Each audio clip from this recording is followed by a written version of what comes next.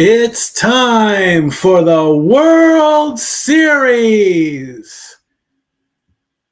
Hello, my internet fans. It's me, it's Statboy Mike, back in the studio again for the World Series Game 1 between the Los Angeles Dodgers and the New York Yankees. This is a watch-along for the Simply Reliable Studios. I am very happy to be part of this. I am very grateful to finish the set, if you will. If you remember, as part of Statboy Sports Bar, which this kind of is a continuation of. Just because we're not still full-time doesn't mean I don't exist. I am here. I did the Super Bowl. I did the NBA playoffs. I did the Stanley Cup Finals. Now it's the fourth and final of the top four with the World Series. Now, normally I'd only be doing the championship games, but my brothers and I, we had a discussion. They go, you have to go all seven. Will it go that way? I believe so. We're in for a ride, friends. This is it. This is going to be the 12th matchup between the Yankees and the Dodgers. It ties the all-time record between teams that have played against each other in Major League sports. The rivalry in the NBA, of course, is the Lakers and the Celtics. In football, it's the Cowboys and I believe it was the Steelers. I believe that's the matchup one. I did not get a good look at the NHL graphic. I do apologize for that. But the point is we are here. We are live. It is a live watch along on Fox. Here's how it's going to work.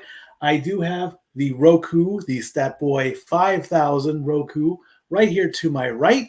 I've got the Statboard 9000 on my left. As I see the game, I'm going to call it. The feed that I'm watching is the official feed. You may be ahead of me. You may be behind me. Please do not comment if there was a bad call until I do. That way, there's no spoilers. So I please ask that you just let me make the call, then react. And of course, comments coming into play. It's time, it's Vader time. Oh, wait, wrong thing. Thank you, Walter Cruz. LA versus New York, East Coast, West Coast. What can you say about that? I mean, it's common, you know. LA, New York has always been a thing. They are the top two markets as well. You know, all your shows, ABC, CBS, Fox, NBC, everything comes from, well, Fox is an LA thing, but ABC, CBS, NBC all starts on the East Coast. New York City, Rockefeller Center, all that stuff is there, which I'm on the East Coast, but I have been West Coast forever. Born and raised Long Beach, California. Hey, what can I say? So it makes sense. These two teams were at the top of their leagues the entire 2024 season. This is the culmination of it all. Okay, great. Now, right now we're getting, I have no idea who that is right now. Oh, it's just a commercial, I guess. Yeah, we're on commercial right there. So that's okay. So what's been happening with me? I've been away for a while. What's been new with me? I'll quickly take this moment to address that. As far as living in Sevier County, everything's going great. As far as the job department goes, I have quit my job at Walmart. It was mostly for personal reasons, and things just didn't work out. It wasn't the most pleasant of jobs for me, but I'm not going to dwell on that. I have taken my car, the 2015 Kia Sportage. I still have that. I am ride sharing now. I've been driving for Uber and driving for Instacart. It's been going quite well. It could be a little bit better, but you never know where life takes you. And, you know, it's just a new chapter in life. And there, of course, is Aaron Judge on your screen in the dugout. 58 home runs this season. He led the major league with the most home runs. On the opposite side, there's Ohtani-san, the first player to have 50 home runs and 50 stolen bases in a season. It's the big matchup, Judge versus Ohtani-san. And as you can see in the lineup, Ohtani-san is going to be leading off for the Dodgers. Right now on your screen is the lead commentator. And of course, they are talking about the rivalry. Right now, this is your chance to attempt to sync up with me, if you wish. Of course, my memories of Dodger Stadium, as Vin Scully is, or the late great Vin Scully is talking about the rivalry between the Dodgers and the Yankees. Dodger Stadium was actually my first baseball game ever. I still remember the date, July 5th, 1991. The Dodgers beat the Braves that day, and Tommy Lasorda got kicked out of the game due to a bad call. Baseball renewed, West Coast versus East Coast. Yes, indeed, Walter. Thank you for that. West Coast, East Coast. There you go. And we're going back. Mr. October, 1977, Game 6. We're looking back at the Dodger history, I believe. 1981 World Series. I think that was the Kirk Gibson home run, I believe, in Game 1. I do believe that took place. That was their sixth title, and then of course their most recent title was in 2020 during the pandemic, when hardly anyone was at Chavez Ravine in Los Angeles. Derek Jeter, A-Rod, sitting at the Geico desk.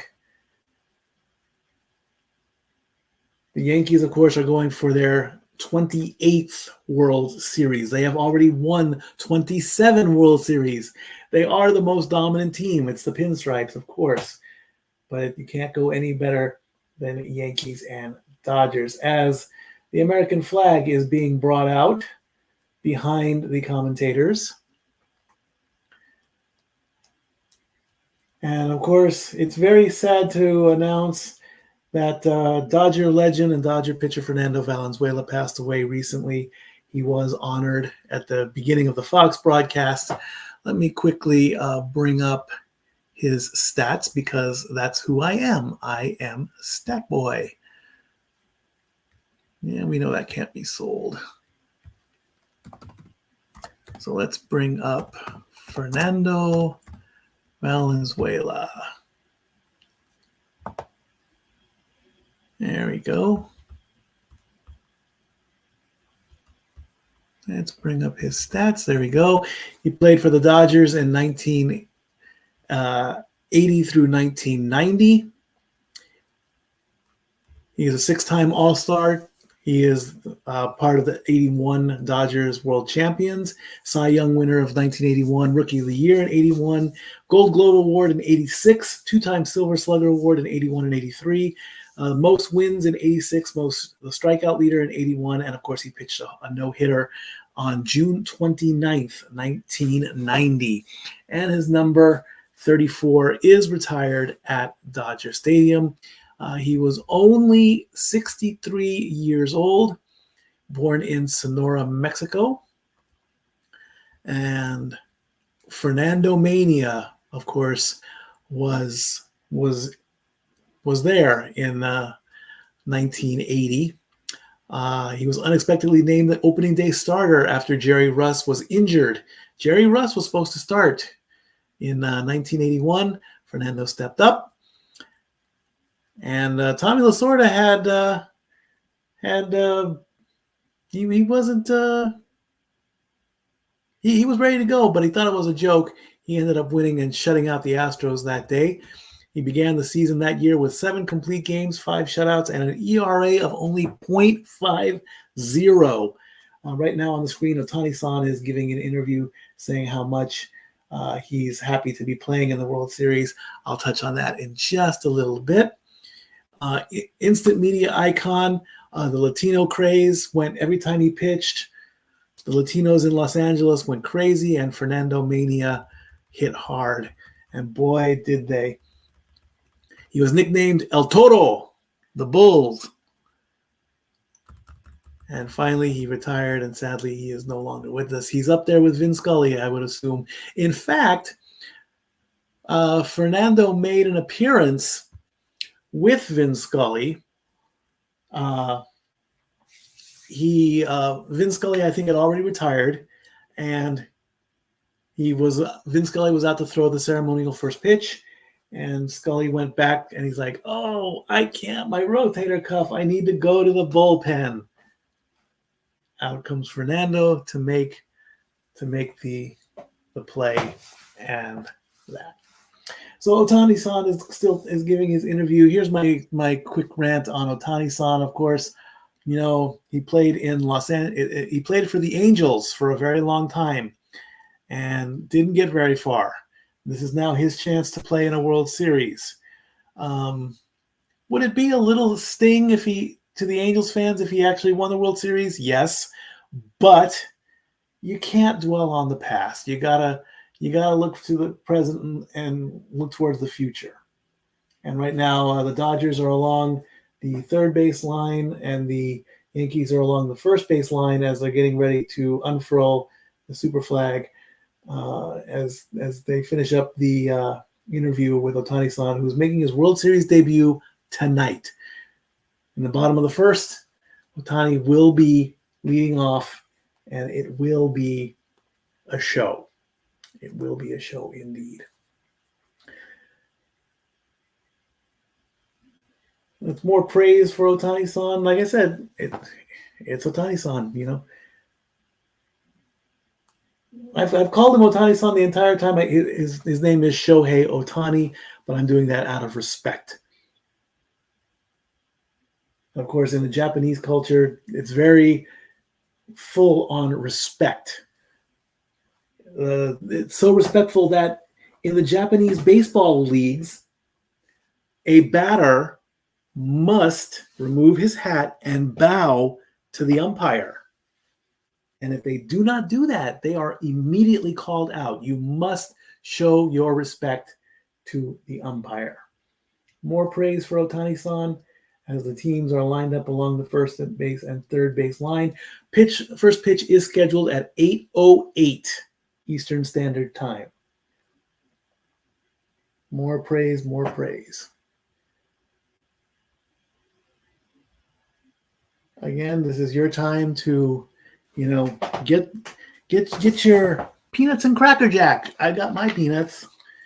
In fact, these are Bertie County blister fried peanuts. This was a jar of peanuts that I won from a radio contest. Dory Lou and I listened to John Boy and Billy on WIMZ 103.5 in Knoxville. And they play a game called Wordy Word. And I eat my peanuts. Don't have Cracker Jack, though. And Wordy Word is a game that is played like the old TV show Password. Excuse me. Delicious. So I called in one day. They called me back. And they said, "You want to play Wordy Word?" I said, "Yes." I ended up winning, and my prize is peanuts. But they are very good peanuts. I also have a jar of chocolate peanuts as well. Derek Jeter and Aaron Judge are now having a conversation on Fox. Derek Jeter, of course, the captain, one of the best Yankees to ever play. Aaron Judge will be batting third in the lineup. And they're promoting the captain's conversation tomorrow. That's tomorrow during the pregame show for Game 2. In fact, Game 2 is tomorrow, Saturday, October 26th. At the same time, we'll start at 7:30 p.m. Eastern, 4:30 p.m. Pacific. Let go all over everything that took place in Game 1. Let you know how things are going in that. All right. The commentating team is making who wins the World Series, and Derek Jeter is going to pick the Yankees win in 7. Alex Rodriguez agrees and says the Yankees will go all the way in 7. And Big Papi says he's taking out his Dodger luchador mask and he's saying the Dodgers are going to win in 7. So all three legends agree that the World Series will go all 7 games.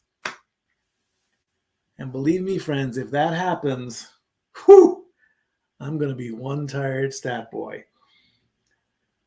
We have 23 minutes and 48 seconds. The official pregame show is on Fox.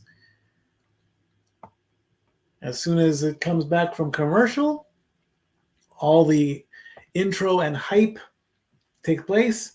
And remember, first pitch is at 8:08 p.m. In the meantime, let's take a look. And this is pretty much what we're going to play in between innings as well. So keep your eyes on this, please.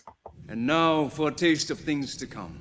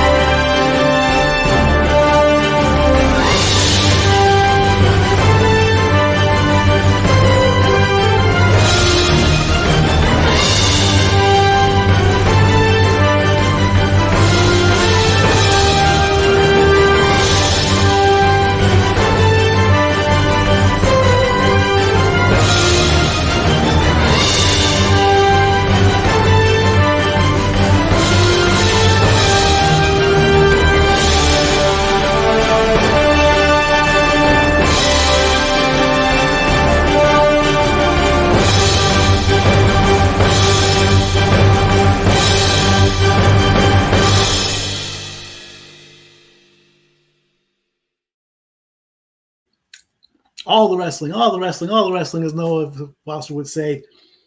We have tons of things lined up, all going all the way to February. And who knows, there could be more things coming up. Heck, maybe I'll do a live watch along of the upcoming election. Don't be surprised. Get out and vote, friends. I already did. I already voted. In Tennessee, we have early voting, so I already did that. All right. There is the skyline for Los Angeles and the flyby. The weather cannot be better. Of course not. It's Los Angeles. It never rains in California. And now we get the starting lineup as they make it official. There is your head coach for the New York Yankees, Aaron Boone, making his way out. Batting first at second base, Gleyber Torres.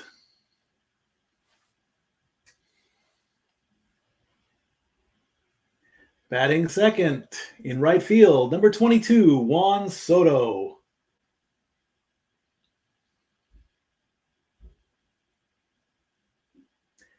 Batting third, number 99, center fielder, Aaron Judge.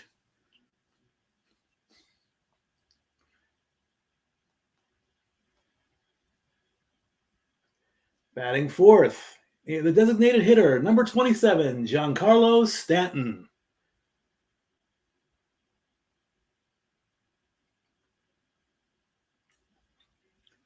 Batting fifth at third base, number 13, Jazz Chisholm Jr.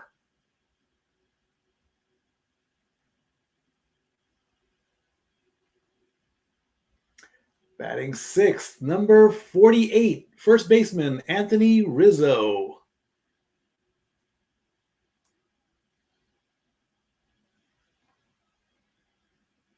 Batting seventh, at shortstop, number 11, Anthony Volpe. I apologize if I'm mispronouncing their names. Batting eighth, at catcher, number 28, Austin Wells. He's in the bullpen getting warmed up. And batting ninth in left field, number 24, Alex Verdugo.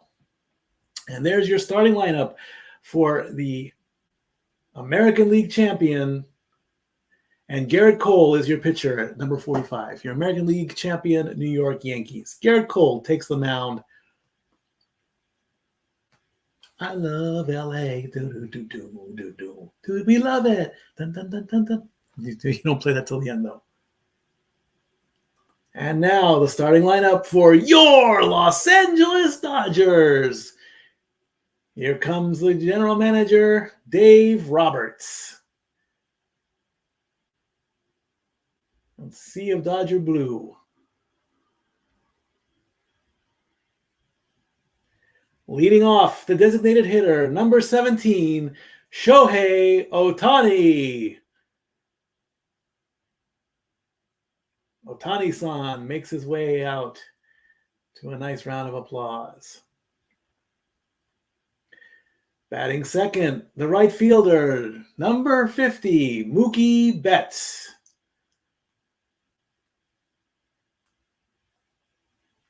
Big names in the lineup for the first three. Batting third, number 5, first baseman, Freddie Freeman. Remember him, Atlanta? Just saying. Thank you.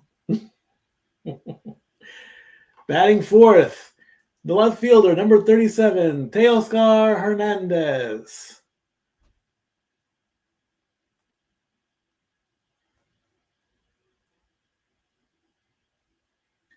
Batting fifth, the third baseman, number 13, Max Muncy.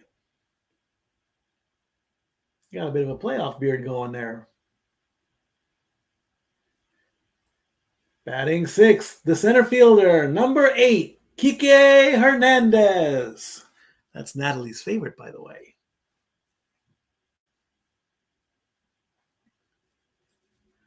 Batting seventh, the catcher, number 16, Will Smith.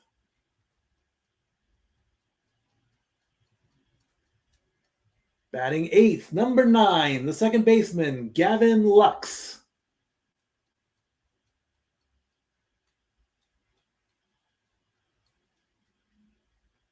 And batting ninth, the shortstop, number 25, Tommy Edman.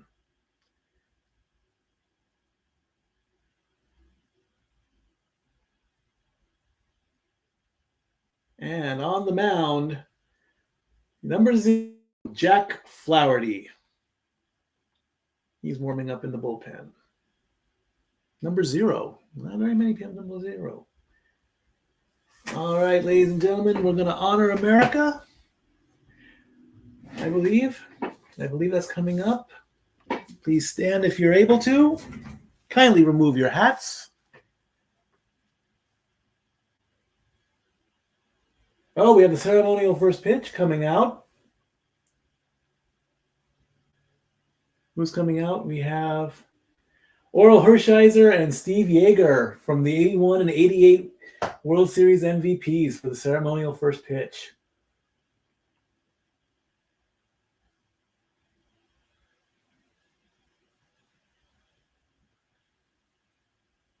And they are both wearing Valenzuela jerseys.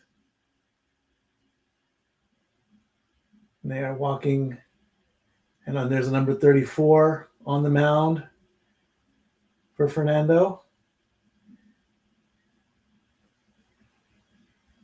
And Hershiser is placing the ball right by the number 3. He's trying to lodge the ball into the mound, and the ball is not cooperating.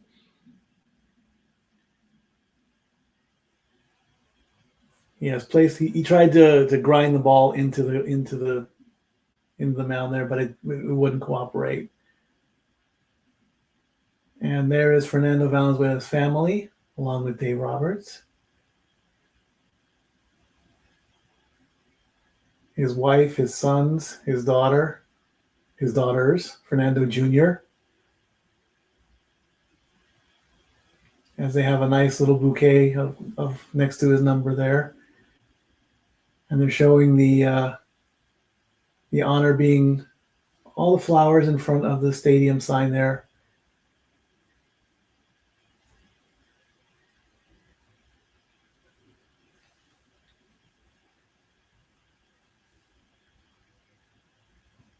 And we have a moment of silence.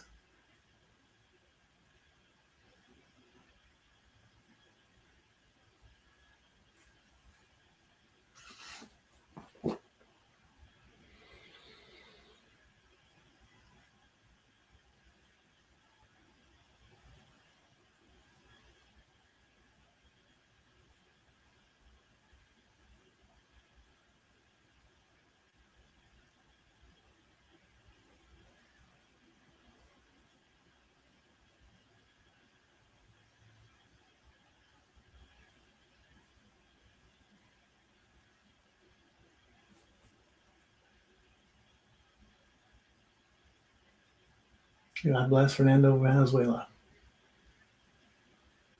All right, now we're going to do the national anthem. Excuse me while I stand up.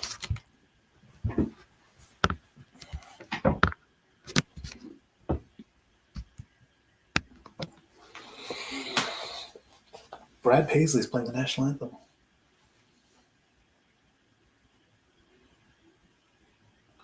Can you see?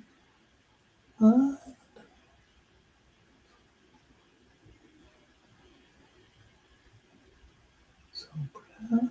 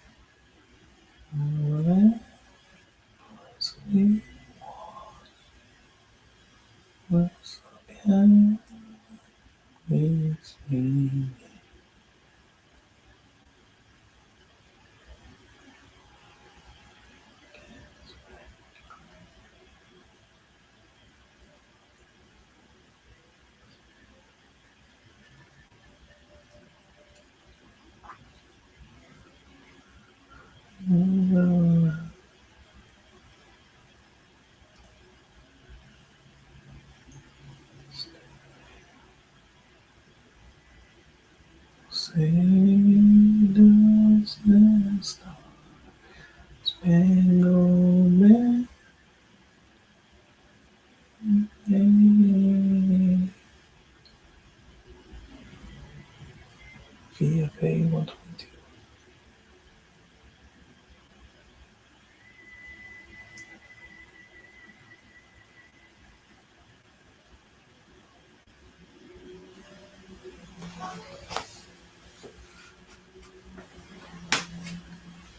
All righty.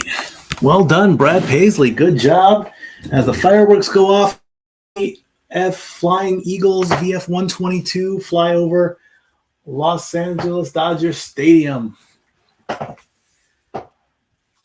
Coming up in 8 minutes or so, the first pitch.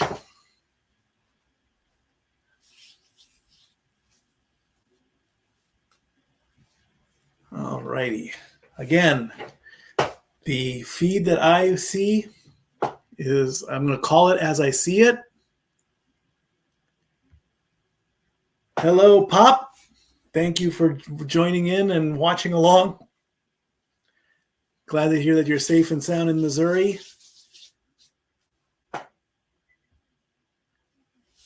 The feed that I see, I call it as I see it. If you're a little bit ahead of me or a little bit behind me, please don't spoil it for anybody. Don't let, I'm going to go pitch by pitch, play by play. And believe me, the umpires better not screw this one up.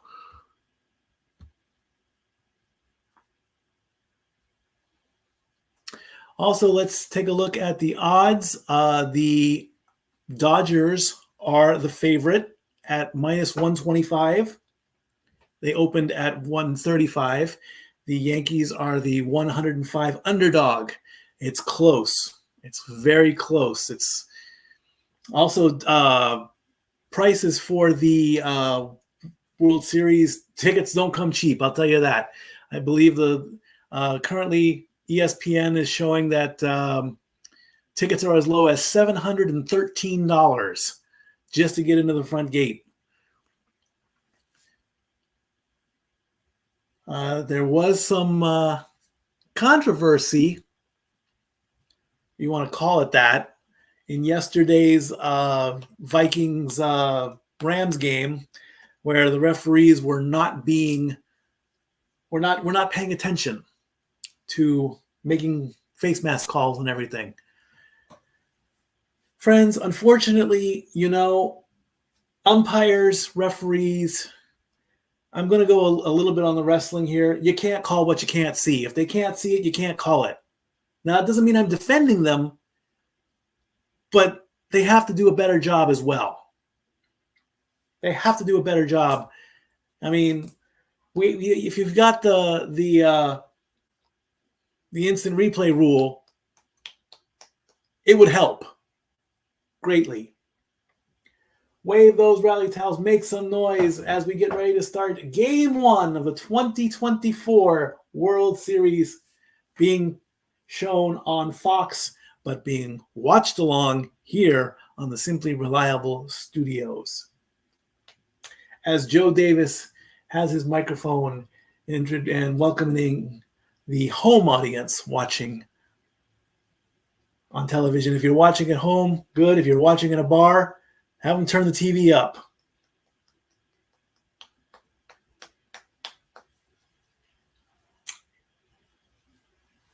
He's just talking along, giving some quick ones, and he brings in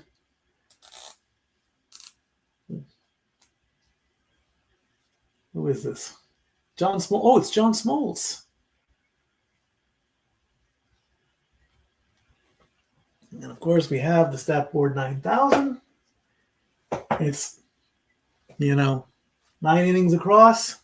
Let me turn that just a little bit more and maybe tilt up just a little bit so you can see all of that and still see me. Ohtani is 6'4", weighs 210 pounds, is 30 years out, and he is from Oshu, Japan. Aaron Judge has a batting average of 322. They both have at least 50 home runs each, and they have both over 100 RBIs. Of course, Ohtani-san had 50 stolen bases, the first player ever in the major leagues to have 50 home runs and 50 stolen bases. Nobody has done that but Ohtani-san. Again, I like showing respect to Japan. Tom Verducci is on. He's also, as the teams are finishing up their warm-ups. First pitch is 5 minutes away. Juan Soto is the youngest player to appear in multiple World Series. It's his 26th birthday today.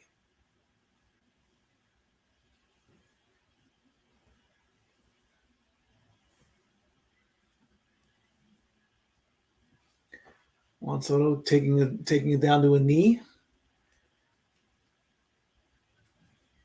Visit ALS.com to learn about bow ties for a cause. That's good. We're getting closer and closer as we take a look at Mookie Betts, who is in the last four postseason games. He is 8 for 18 with 2 home runs and 6 RBIs.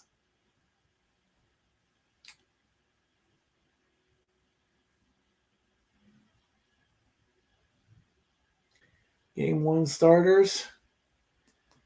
Garrett Cole and Jack Flaherty are being shown with their baby pictures. Garrett Cole is 8-5. Jack Flaherty is 13-7. They both have ERAs in the threes. Flaherty is 3.17 and Cole is 3.41. It's almost like an even matchup. It's as even can get, and we'll see what happens. Because we're about 3 minutes away from 8:08.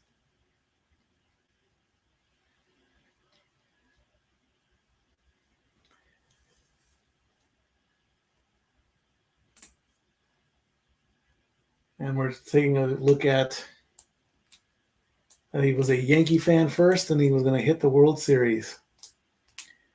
They're showing Garrett Cole, of course, his baby picture and him growing up.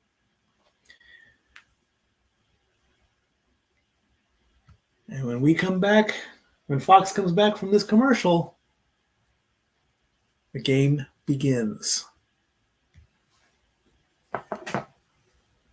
And now for a taste of things to come.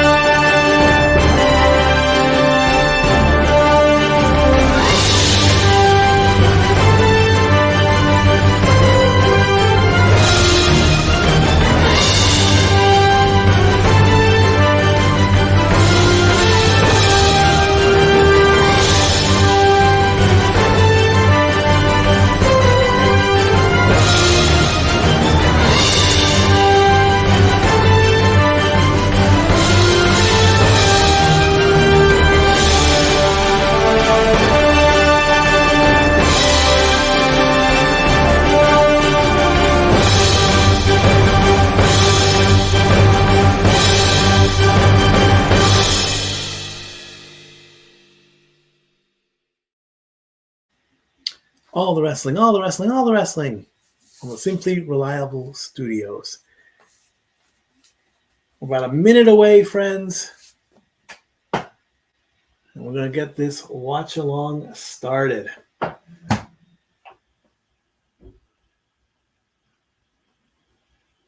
One final commercial. Last chance to get your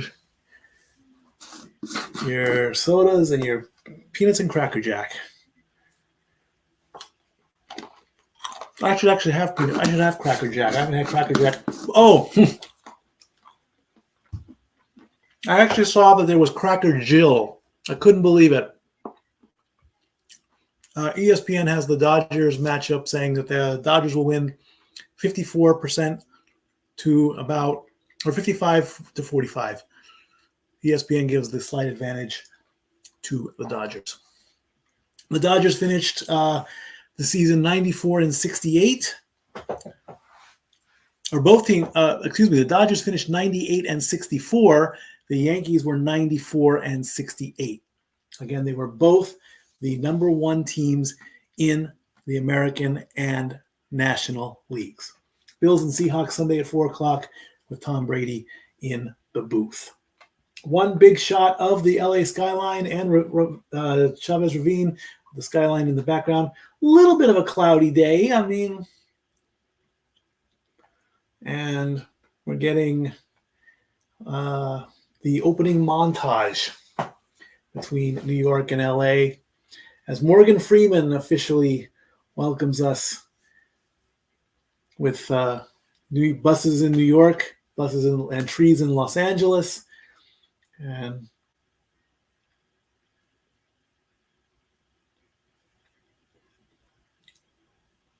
of course, Yankee Stadium was part of an episode of I Love Lucy, if you remember. Nobody Loves the Ump with Bob Hope. One of the most classic episodes of I Love Lucy.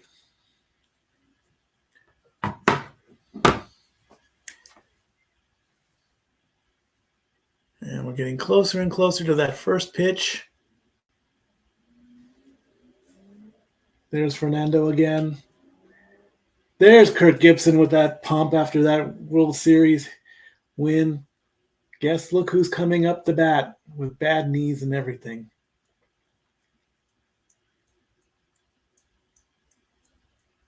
It's hard to believe that we're here. The culmination, looking over the trophy. Which team is going to win it? The only way it can go, it says, it's 7. Heck, let's go extra innings in 7. Why not?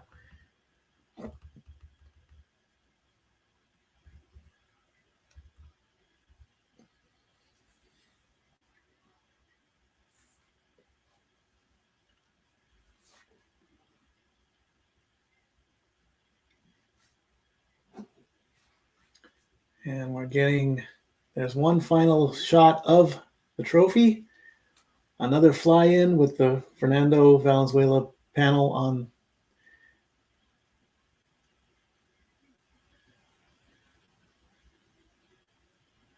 As we take another top of the order, Torres, Soto, and Judge.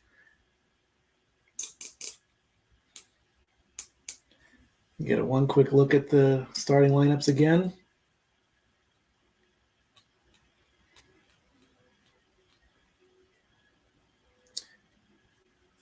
Bet $5 to win $63.28 on FanDuel. If Aaron Judge records 2 bases, Stanton hits a home run, and Ohtani gets an RBI. That's the FanDuel. I don't have FanDuel there. There's Jack Flaherty taking the mound. He is 1-2 so far in 3 starts. He has an ERA of 7.04. He's only pitched for 15. Here's the first pitch, and it's low and in the dirt for a ball. Lieber Torres batting .297, 1 home run, and 5 RBIs. Here's the next pitch, and that's fouled back.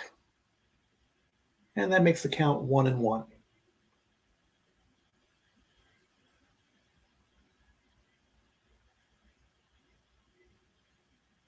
Not certain if the pitch clock is in play. Here's the next pitch. Coming in. Looked like a strike, but it was marked the ball. 2-1 the count to Torres. Flaherty delivers. Here's the next pitch. And that's right to the third baseman. That is a line out, 1 away. Torres lines out to third base. All right, 1 out. That brings up Juan Soto.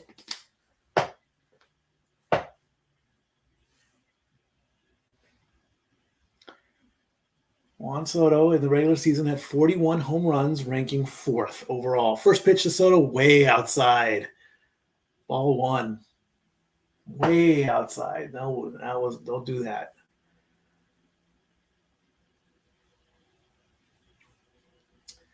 Next pitch to Soto. Outside again. That's not good. 2 outside pitches by Flaherty right off the bat, giving him a 2-0 count.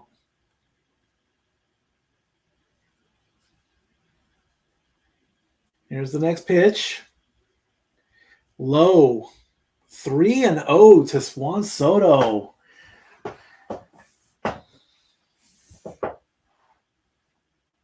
That one was low, definitely low. 3-0, what do you do?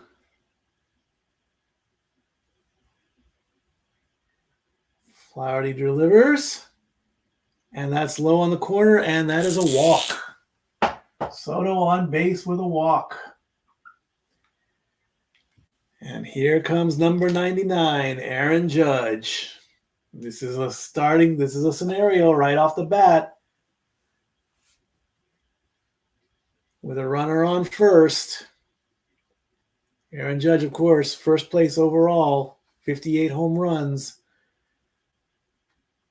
First pitch on the corner, called a strike. Looked to be a little bit outside, but it was a strike. All right, the 0-1. Flaherty delivers, and Judge swings and strikes. That's a strike.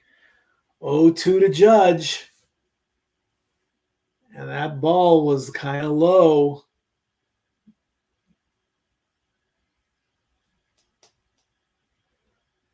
Judge taking his time, getting back into the batting box. Flaherty's got him 0-2 from Linden, California. The 0-2, low and in the dirt. Soto goes back to first base, not going anywhere.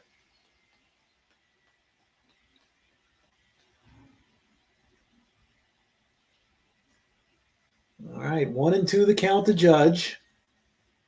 Flaherty sets. The pitch. And he got him swinging. Strikeout to Judge.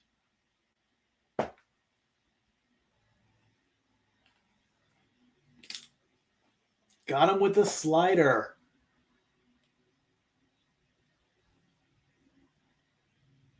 Swing and a miss. One strikeout so far. All right, up next, Giancarlo Stanton. First pitch, low and outside. Ball one. He's 4 for 18 with 4 home runs and 7 RBIs. Next pitch coming. In there for a strike, right on the corner.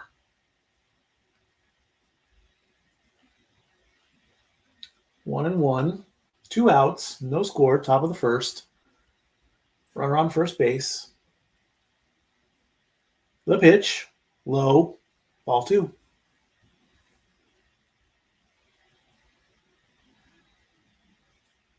In 25 games, Stanton has batting .309, 9 doubles, 10 home runs at only a Dodger Stadium, though.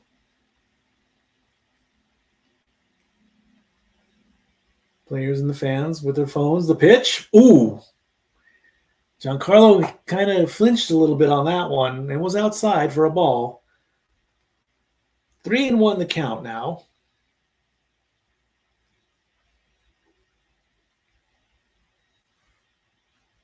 The pitch. That's a strike? That ball was outside. And there's the first mistake. That ball was clearly outside, and the ump called that that's a strike? That is not a strike, ump. The umpire messed that one up big time. That was a ball. Grounded to short, and it's bobbled. And that's going to put runners on first and second. The shortstop bobbled the ball on that one.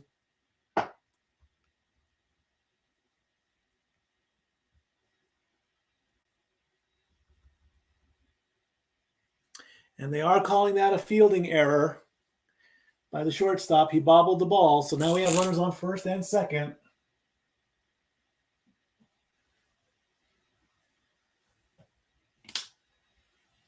And here is Jazz Chisholm Jr. Runners on first and second, 2 outs after the error by the shortstop. Showing bunt, but how is that a strike? Are you kidding me? That ball was outside and on the corner. And Chisholm was showing bunt with 2 outs. That is dangerous. I would not play that. You don't bunt with 2 outs. Next pitch. A chopper, grounder to the first baseman, and that will end the inning. Fielder's choice ends the inning for the Yankees. Yankees put a 0 on the board as we go to commercial break. And now for a taste of things to come.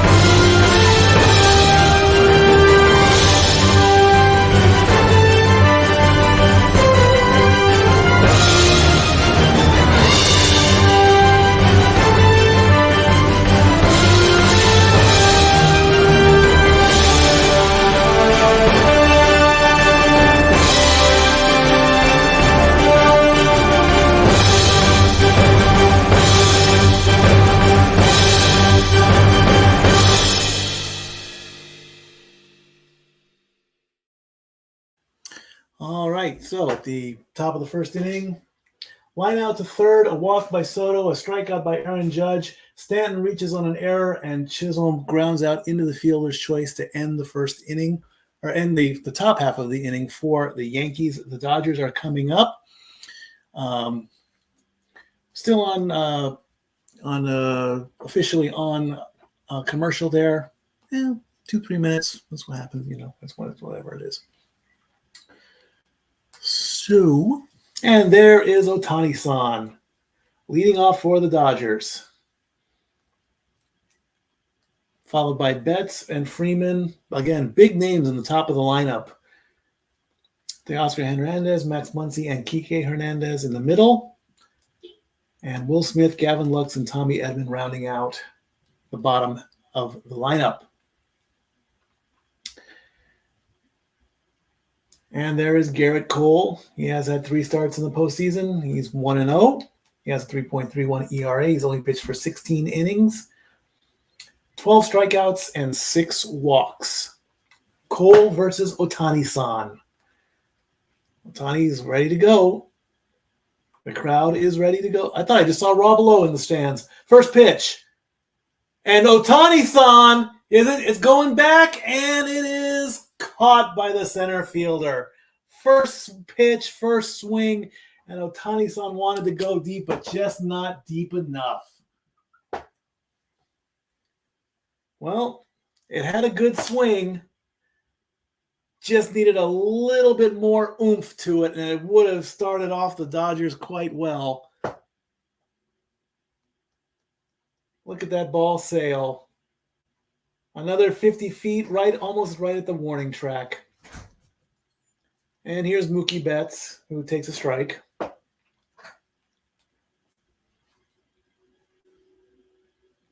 First swing by Ohtani-san. All right, next pitch to Betts. He takes a swing and fouls it back, making the count 0-2.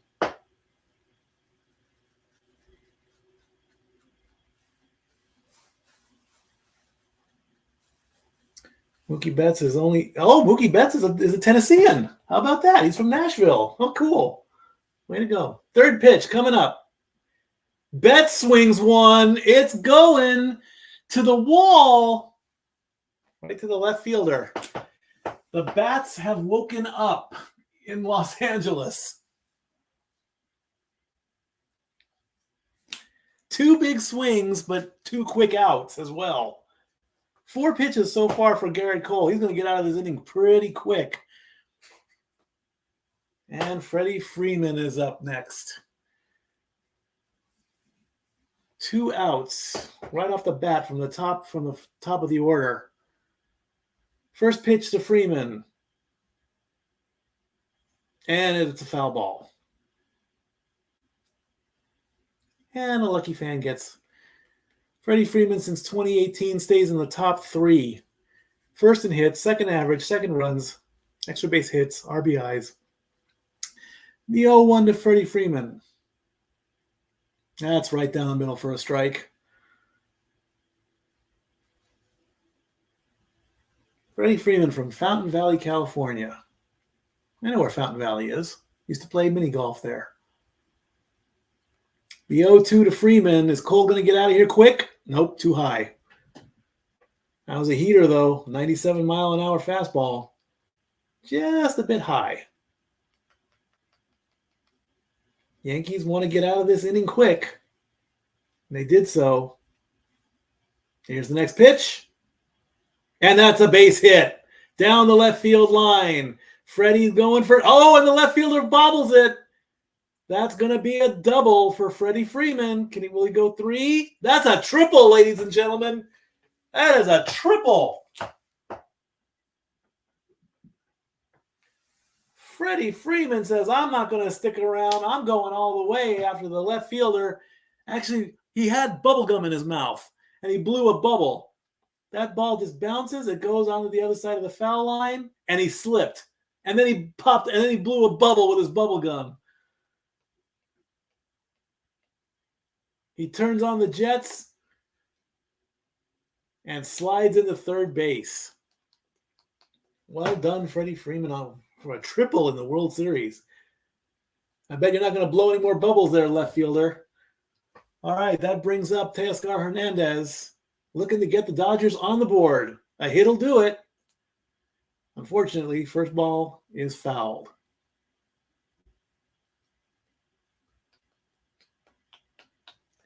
Hernandez did have 99 RBIs in the regular season, so he can be the one to put the Dodgers on the board. The 0-1. He swings, and it goes right to the shortstop to end the inning.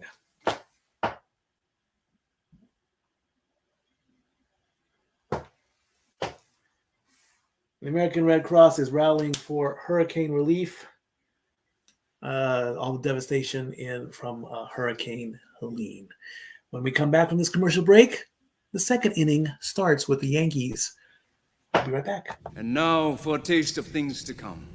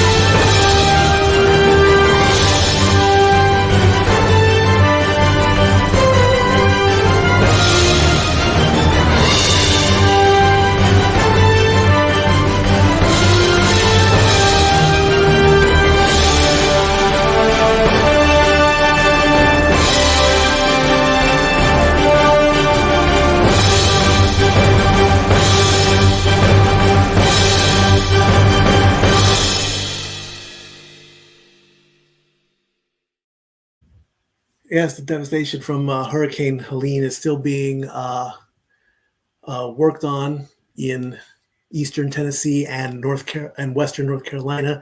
The cleanup is still going on. It's ongoing. Check with the Red Cross for donations.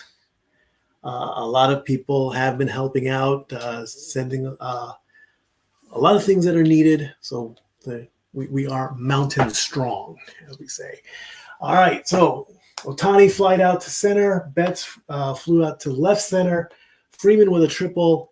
And Hernandez lined out to the shortstop to end the inning. So there is no score as we go to the top of the second. Wow, a triple, though. You don't get to see triples very much.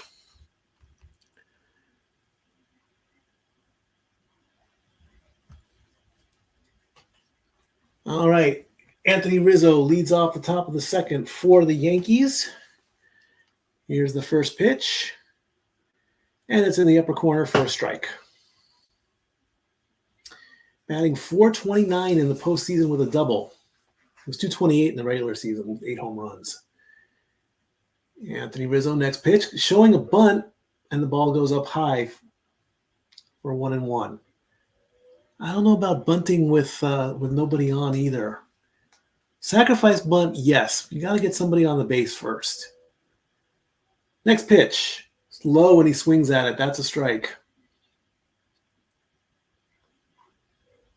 1-2 to Anthony Rizzo.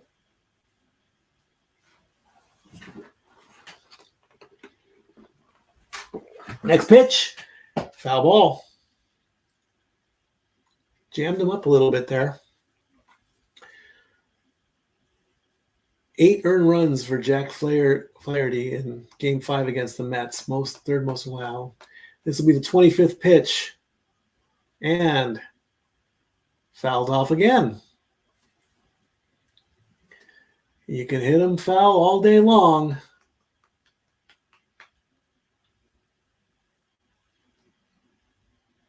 The 1-2 coming up. takes this set. The pitch, way outside. 2-2 the count.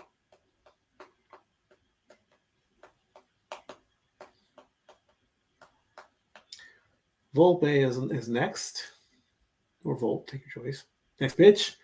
Hits the pitcher. And that is a base hit. Ball is in play. That's a single for Rizzo.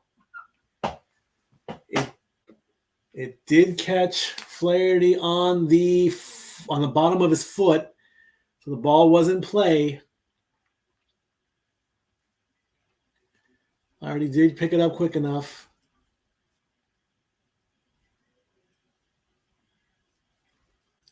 So the Yankees do have a man on first. And here is Rizzo. Here's Volpe. Volpe. And first pitch is a ball. Anthony Volpe batting .310 in the postseason with an RBI and 2 stolen bases. Off the glove, but called a strike. Don't know how that's a strike, but it's a strike. Anthony Volpe is a New Jersey boy. Washung, New Jersey. I'm even showing the LA on my shirt there. Let's tip that down a little bit there. Okay, there we go. All right, 1-1 the count.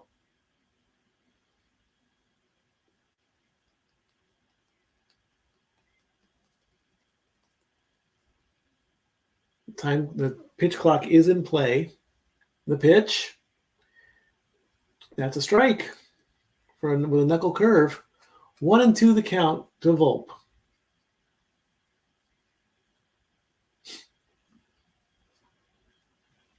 One man on, top of the second, no score.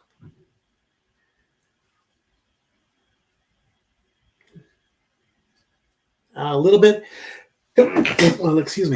outside. Almost looked like a strike, but it was outside. 2-2 the count. It almost looked like it was just on the line. But ump said no. 2-2. And swing and a miss, and he goes down. Strikeout number 2.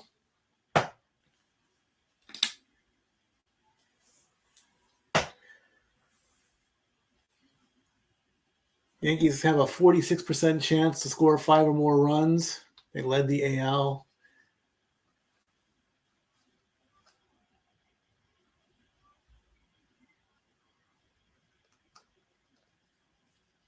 Austin Wells is up now and takes a ball. 5th in rookie ranks with home runs in the regular season. The 1-0 count. Right down, a little bit below the center, but still a strike. The 1-1 coming up. Yep, that's Rob Lowe, right there in the front row. Yep, that's him. Oh, he got him with a high 4-seam fastball. That's a strike. High fastball. Can't go near him. Yep. That does look. Oh, or is that? That's not Chris Walken, but maybe that's Rob Lowe. I don't know. 1-2. Low.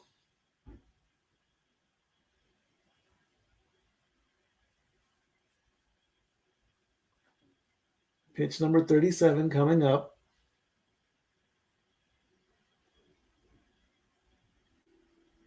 One man on, one out. The 2-2 pitch. Bit of a bouncer to the first baseman and gets him on the fielder's choice. But he does advance the runner to second base.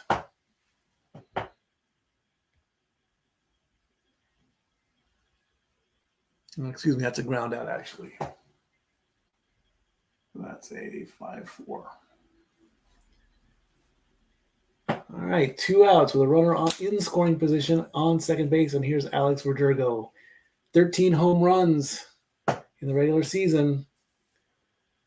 Will he be the one to put the Yankees on the board with a high 4-seam fastball? And that is a strike right on the upper right corner.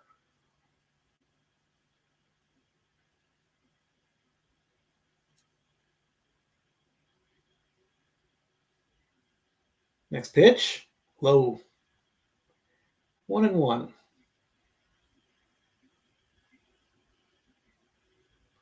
Batting .261 with runners in scoring position, 10th overall.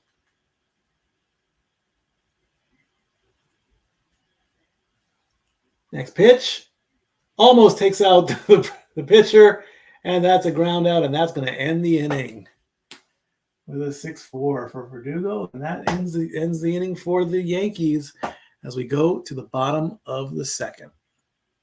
And now for a taste of things to come.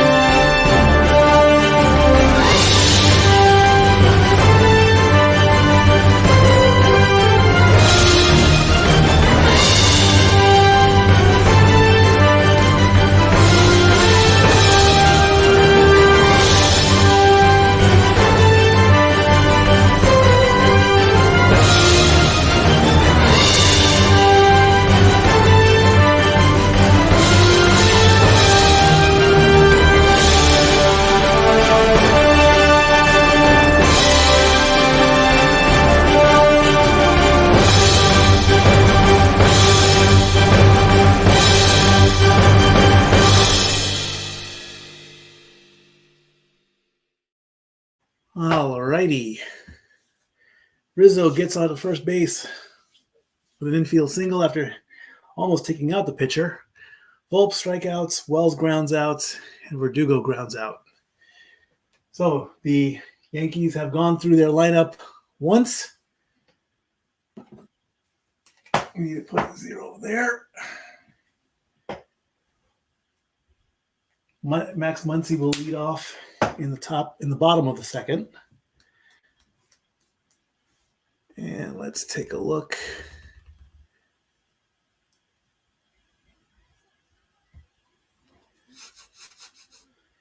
One hit each for the Yankees, one hit for the Dodgers. Of course, the error. Garrett Cole versus Max Muncy coming up as we get the M&M's commercial.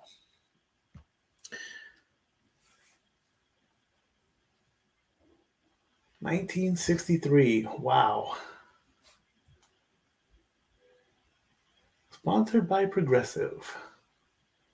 I have State Farm. All right, I'm getting ready to start at the bottom of the second inning for the Dodgers. Max Muncy is up to bat. First pitch, pretty close to his hands. That's the ball. 51 walks in his postseason career for Max Muncy. Will this be 52? That's low. It's ball 2.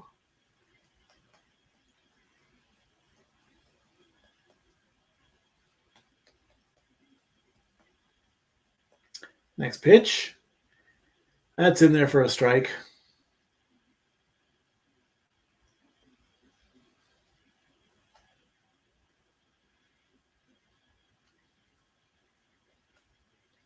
Next pitch coming. Counts 2-1. Max Muncy pops it up high. And will he make the catch? He will in foul territory.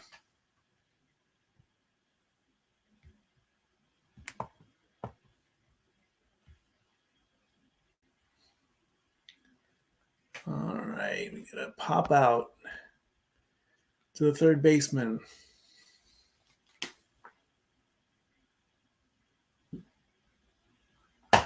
And here comes Kike Hernandez up to bat.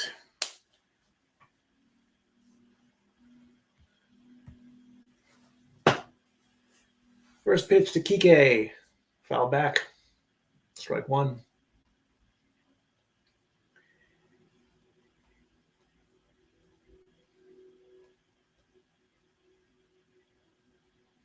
The 0-1 pitch coming up. Yankees playing the quick game. Next pitch. Kike swings, pops it up, and it's out of play. Ball takes a big bounce into the first base side, and Kike's down 0-2.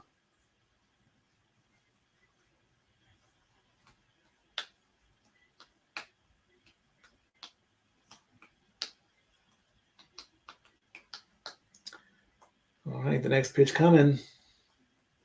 The 0-2. Got him swinging up high. Garrett Cole gets his first strikeout.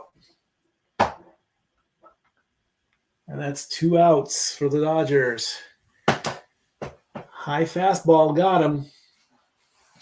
Can't lay off of those high. You got to lay off of those high fastballs.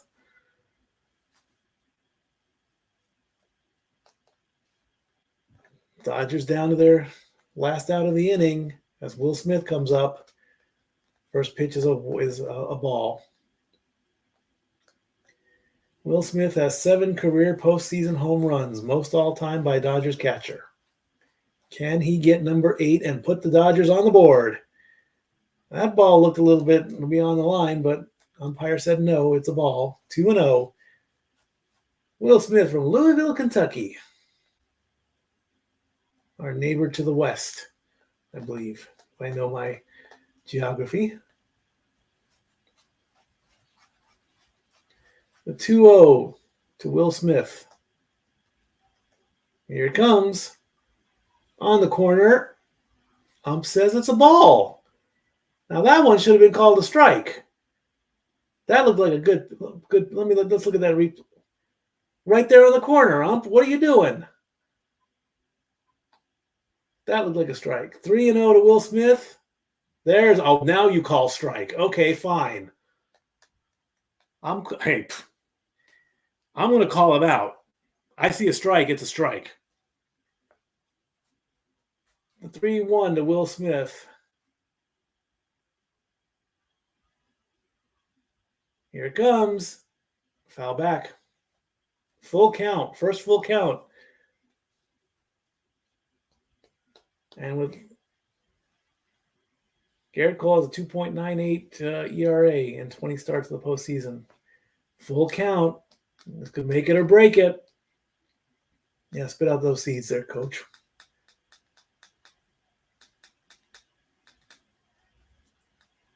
Full count for full count pitch. What's going to happen?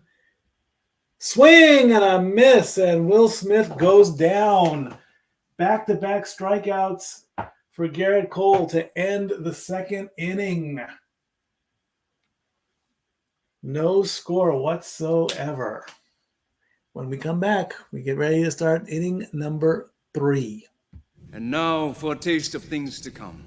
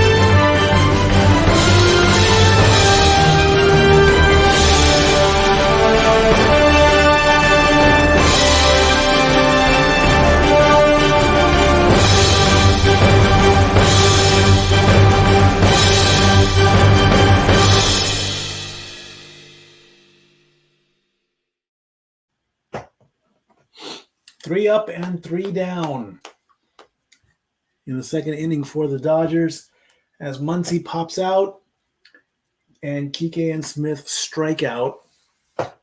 So we're tied 2 apiece when it comes to strikeouts between Cole and Flaherty. This now will be the second run through for the Yankees. So let's see what happens this time around. Maybe Aaron Judge learned something. Who knows? We will see. As we have the end of the commercials. Download the MLB app, Baseball Your Way.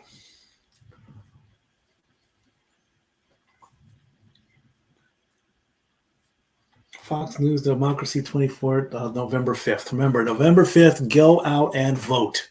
Make your voice heard. All right, we're getting ready for the top of the third. And we start with almost a base hit. Will he get him? He didn't get him in time.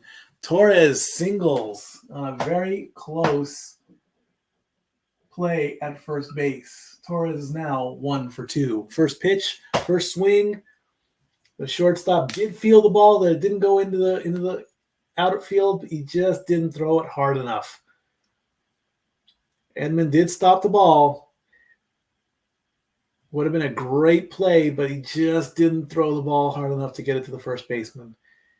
Yeah, he's safe. He is safe. So that's hit number 2 for the Yankees. And here's Juan Soto, who walked his first at-bat.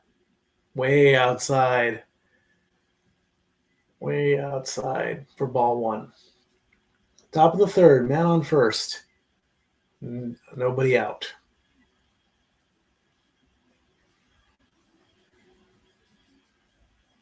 Next pitch. That's a strike? Really? This umpire, I don't know what he's seeing. That ball, as you know, when you watch baseball games, you see the strike zone on your screen and you see where the ball is placed. The ump said otherwise and called that a strike when it was clearly outside.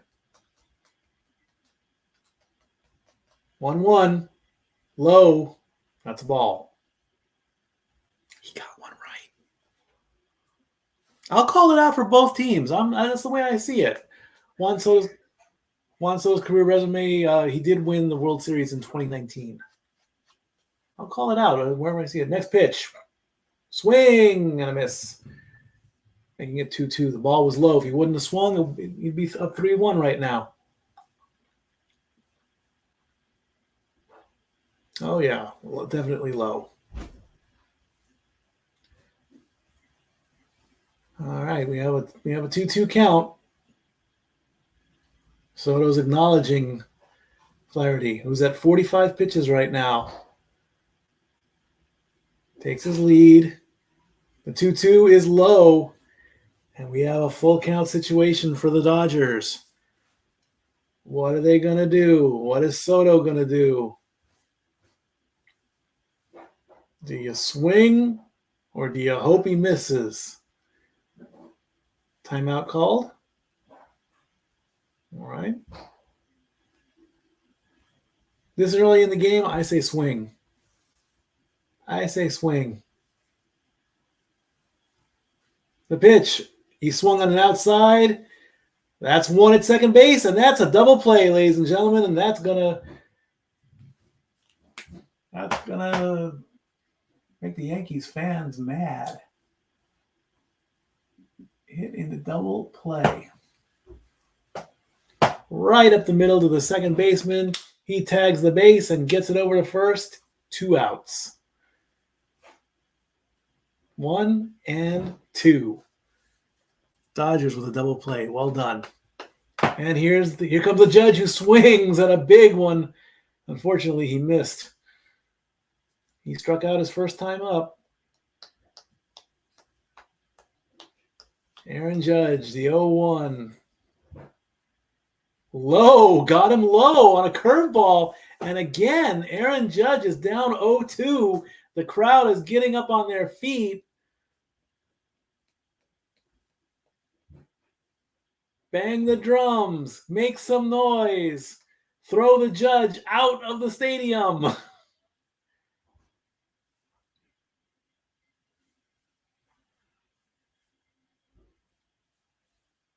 Only 7 home runs since 2020 in the postseason. The 0-2. Will Judge go down twice?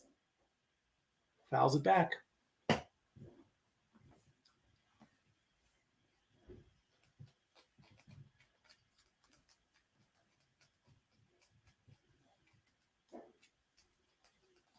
Here comes the next pitch.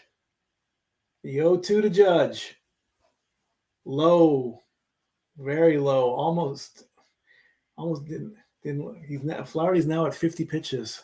51 actually.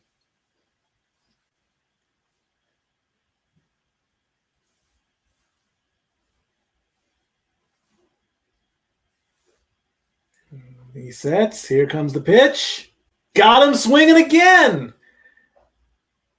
Strike 3 called, but Judge swings. The ball was a foul tip, whatever he ran. It's still a strikeout.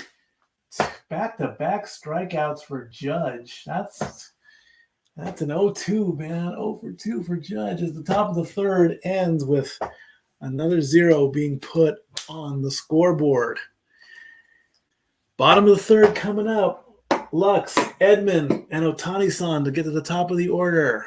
Stay tuned. This game is becoming a pitcher's duel real quick. And now for a taste of things to come.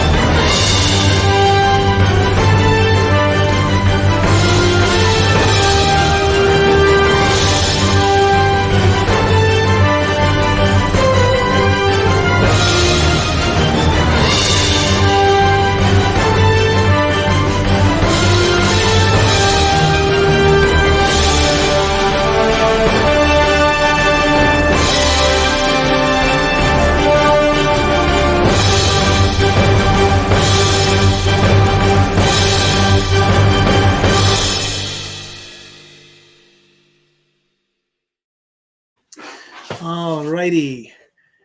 Renegade has checked in saying, just saw a post on social media that says, if the Dodgers can get up 3-2 in the series, Game 6 will be played on November 1st, which would have been Fernando Valenzuela's 64th birthday. That's a possibility of happening. You figure the game goes to Game 6, and that'd be one of those scary coincidences to win the World Series on Fernando's 64th birth. When I'm 64. Hey, there you go. Good Beatles reference. And Renegade says, let's get the Dodgers the win in 6. Possibly, maybe, who knows? It could happen. Never say never. You don't know until it happens.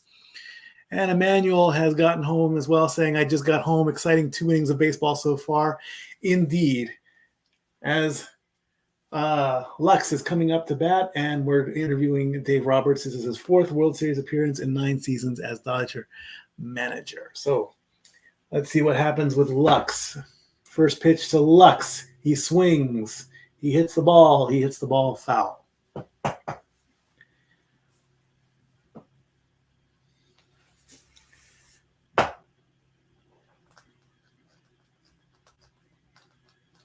The 0-1 to Lux. High and outside, ball 1.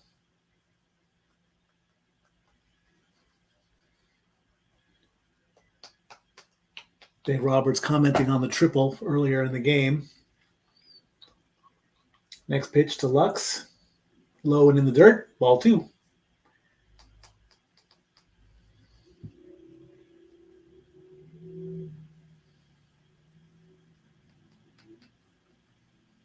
Dave Roberts is having a blast, as he has said. The 2-1 pitch to Lux. Bottom of the third, no score. Lux swings. It's going back to the right fielder who makes the catch. F9. And here comes Edman, the shortstop, who erred, giving the Yankees their first person on base. And Ohtani-san is on deck.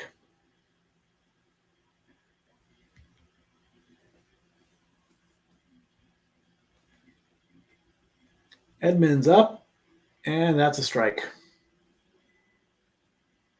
Tommy Edman, 11 for 27, 11 RBIs against the Mets in the championship series. The 0-1 to Edman, outside, ball 2. Or excuse me, ball 1. 1-1.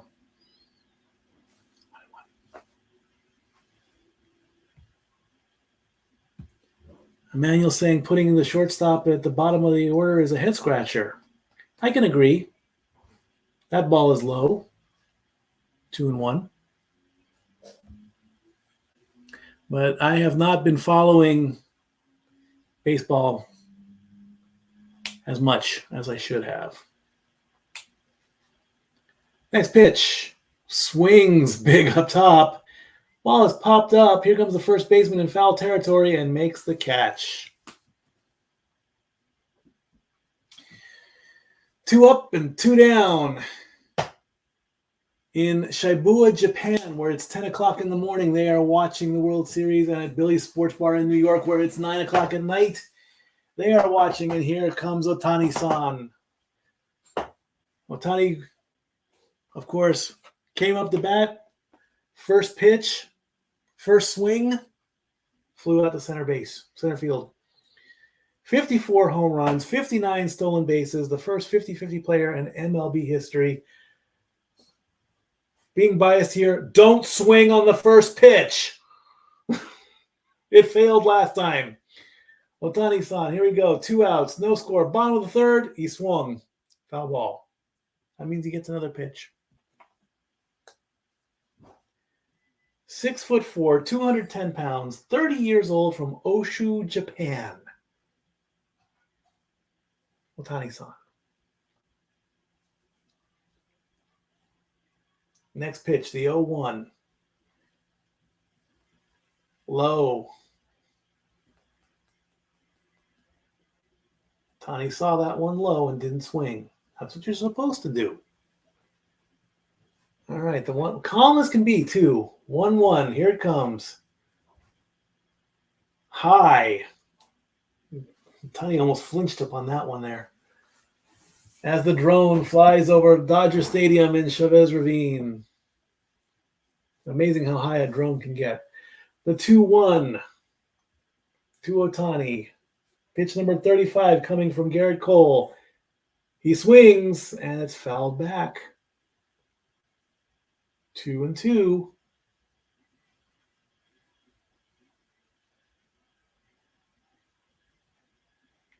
Those foul balls, when they get fouled back, boy, they can come dangerously close to the press boxes. It's happened.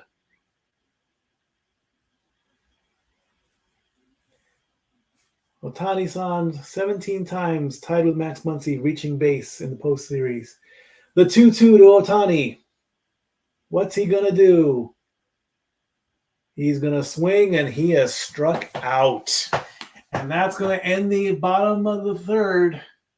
And still no score as Ohtani strikes out. Ohtani is 0 for 2. Judge is 0 for 2. At least Ohtani hit the ball in his first at bat. He made contact with it. But Judge hasn't hit the ball, hasn't come anywhere close to hitting the ball. He's 0-2 as well. We're a third of the way through the game. No score. not only a single, a triple, or two singles and reaching on an error for the Yankees. 3 strikeouts over on that side. The Dodgers, of course, Freddie Freeman got a triple, and that's basically it. Not much has happened in the first third of the game. When we come back, we go to the top of the 4th. Hopefully the bats will wake up. We'll be right back. And now for a taste of things to come.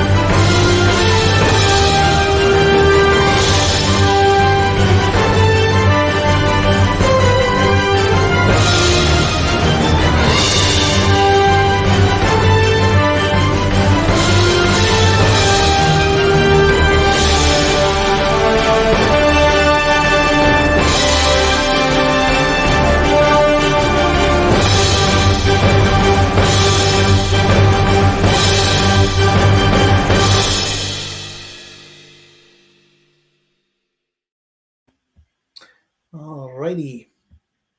One thing I've noticed coming up, of course, is the boxing match between Jake Paul and Mike Tyson. That fight has been postponed for months on end and whatnot. And, you know, you're going in there against Mike Tyson. Enough said. I'll touch more on that in a little bit. Right now, Jack Flaherty is starting the top of the 4th with a ball against Giancarlo Stanton, who Stanton reached on an error. Or no, he grounded into the field of choice. Excuse me. Pops it up. Well, and it's going to go to the right fielder. And Stanton is out.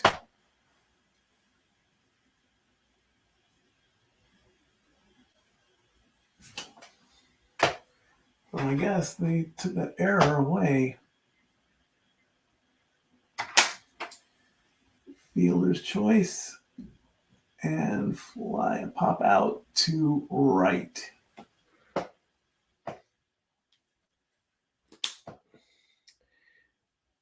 All right, 1 out so far.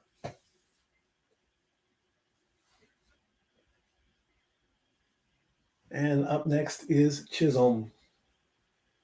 And he goes right to the second baseman, who throws to the first baseman. Ground out. 2 quick outs for the Yankees.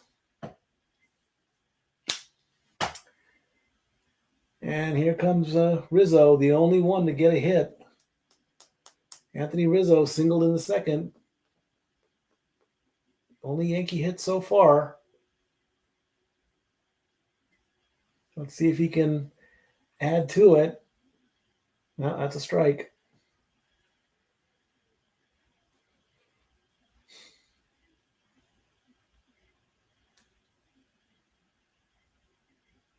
Next pitch to Rizzo. Outside, ball 1.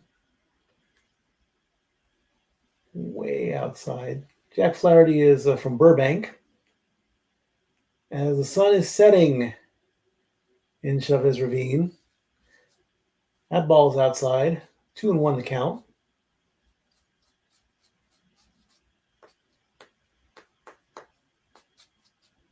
Top of the 4th. No score between the 2 championship teams. Next pitch. Swing on the outside corner. Makes the count 2-2.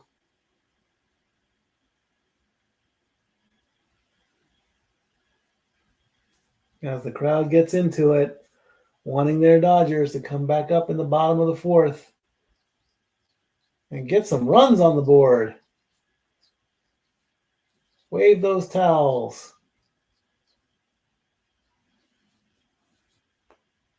The 2-2 pitch to Rizzo. Outside, but he swings on it, and it's going to the left fielder who makes the catch. F7.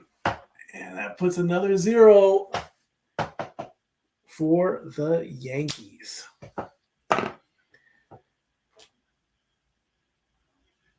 Not much going on. Zeros through the first third of the game. Touching on the Jake Paul Mike Tyson fight that's coming up. Initially, when I reported on this, I was thinking, what are you thinking, man? You're going in there with a guy that could literally cave your face in with one punch. What do I know, right? I mean, it's going to happen. It is going to happen. That's all I know about that. Let's take a look at this. Not much in the world is not much in the stat world here. Let's see what's going on other in other sports. The Magic are beating the Nets 81-71 at the third quarter. The Raptors are playing against the 76ers. They're up by 4 with about 2 minutes to go in the third. The Hawks are playing against the Hornets and winning by 3 with about 8 minutes to go in the third quarter there. The Knicks are playing against the Pacers. They're up by 18. The Grizzlies are actually beating the Rockets just before halftime by 8. The Bulls and the Bucks the Bucks have a 1-point lead over the Bulls right now, 59-58 just before halftime. In about 20 minutes, the Utah Jazz are going to go up against the Golden State Warriors. And at 10 o'clock, the Lakers and the Suns are going to play. And also at 10 o'clock, the Pelicans are going to play the Trailblazers. Of course, in college football, the big games coming up on Saturday. The Volunteers, who beat the Alabama Crimson Tide, congratulations to them. The cigars came out. This one is lit, but I had this one about last week or so it doesn't really count. And let's see. In the NHL, the Islanders and the Jets. The Islanders are up 3-2 with about 15 minutes to go in the third. The Predators are losing to the Blackhawks 1-0 with about 3 minutes to go in the first. And we are in the bottom of the fourth now as Mookie Betts takes the plate and takes a strike.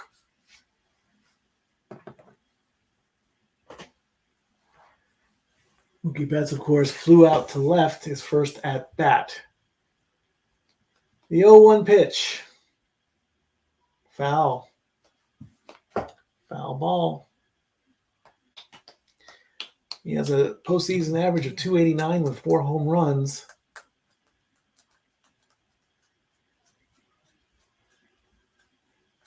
The 0-2 to Mookie.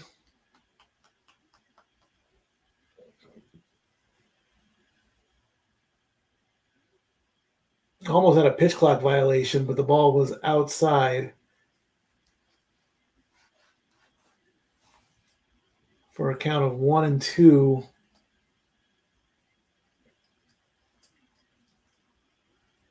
Next pitch. Did he swing? No, he did not. Making the count 2-2. Of course, Mookie Betts is a 2-time World Series champion.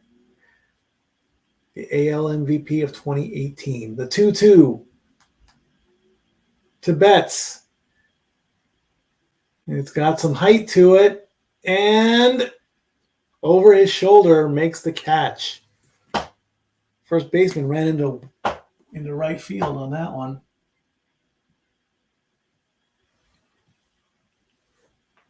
Should have let the right fielder catch that one. I don't know what he was thinking with that catch. Trying to show off, I guess.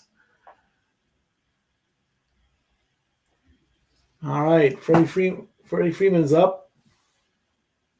He had the triple. Can he build on that?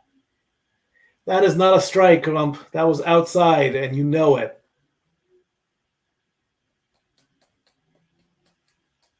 I'm calling it a strike, though. Text rally to 90999 for the American Red Cross. T-Mobile has joined up with the Red Cross. So text rally to 90999 for hurricane relief. Foul ball to Freeman, making the count 0-2.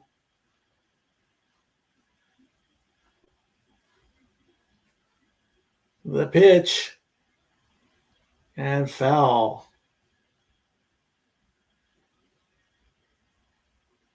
Broken bat, too. Freddie Freeman broke his bat.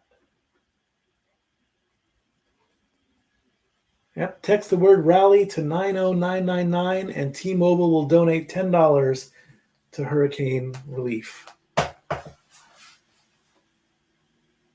Oh, look at that bat shatter. Right down the middle.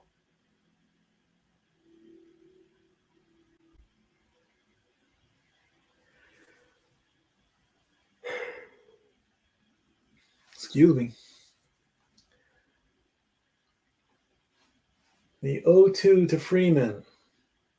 Digs his cleats into the dirt. The pitch. Another broken bat, and it's a ground out to the first baseman. Freeman breaks 2 bats.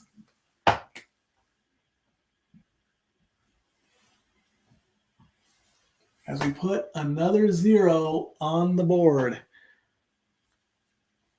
We almost have a half dozen plus 2 when it comes to zeros on the board.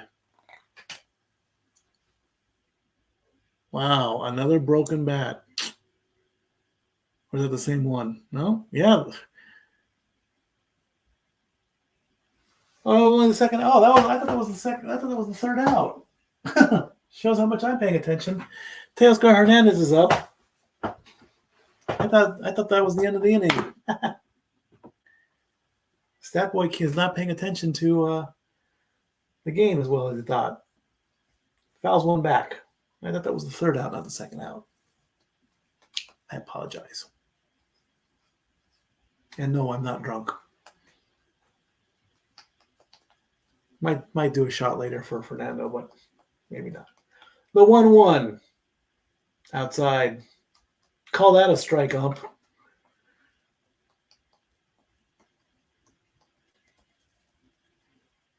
I think the call that the wrong thing is up to 6 or something like that. I don't know. The 2-1. High fastball, or high cutter, actually. Makes the count 2-2. Rutgers at USC next on Fox for the West Coast. Got it.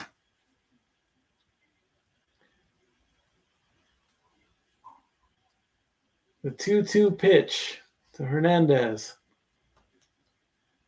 Low and in the dirt, and we have a full count situation. 50 pitches for Garrett Cole.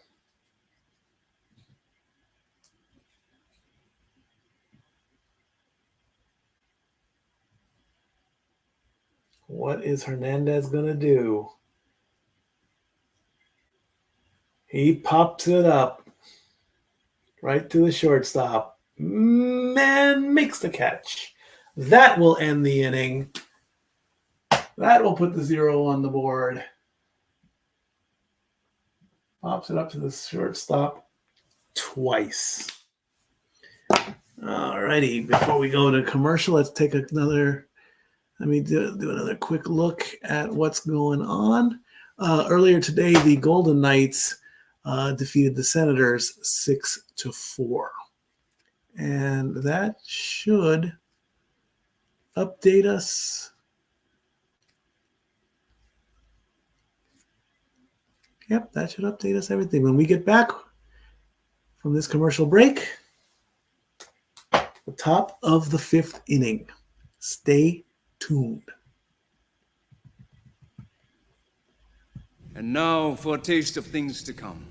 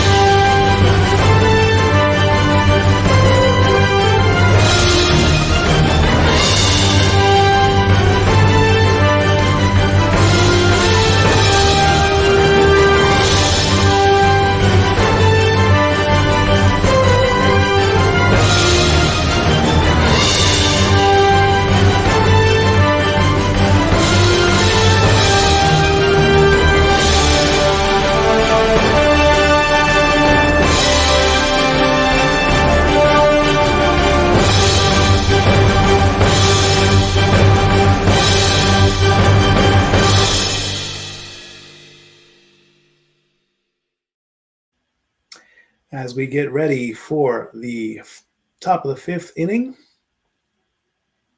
as I put my phone down, checking my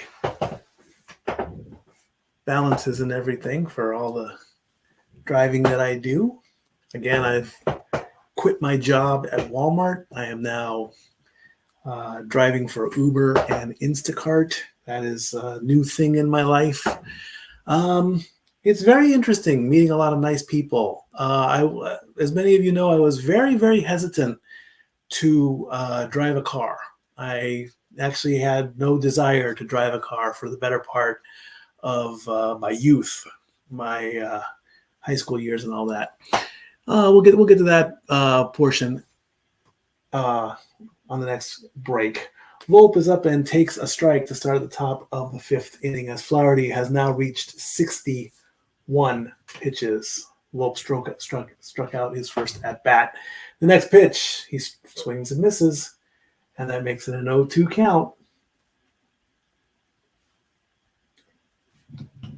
Can Flaherty get strikeout number 4? The pitch, he got him.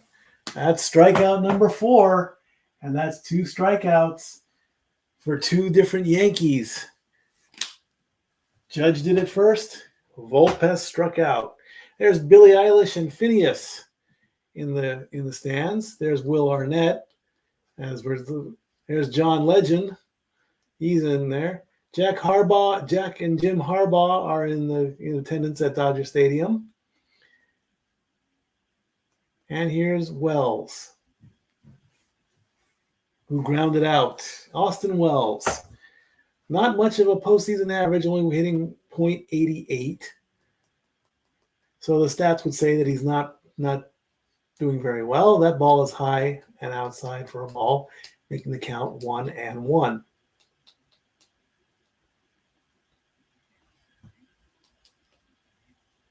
Dave Roberts there. The 1-1 pitch is hit, and it is foul. Foul and deep in the left field, though. A little bit more to the right.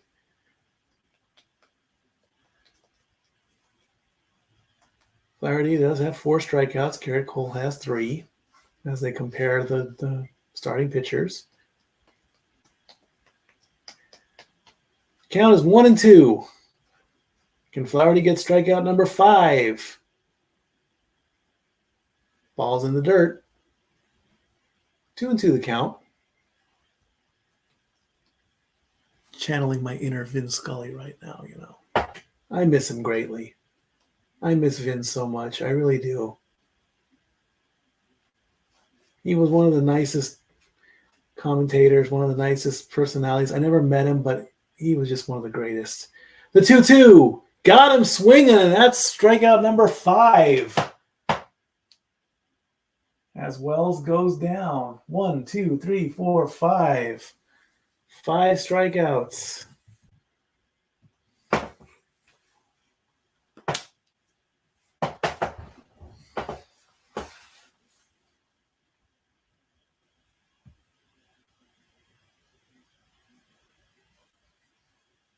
All right, Verdugo is up.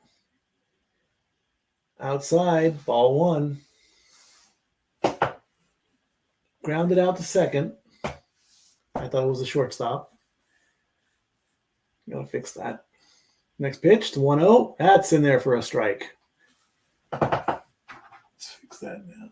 I always get the shortstop and the third baseman mixed up in my stats. The 1-1. That's just over into the outfield. That's a base hit.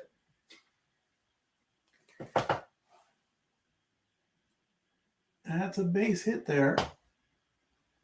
And the top of the order just stretches over the shortstop's glove. He did stretch for it. Edman at shortstop, I don't know.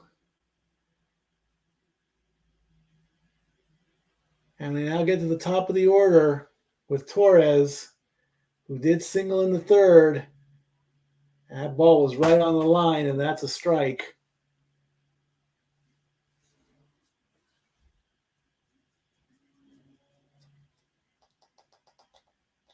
The 0-1 to Torres, who is 1 for 2. That ball is low, 1-1.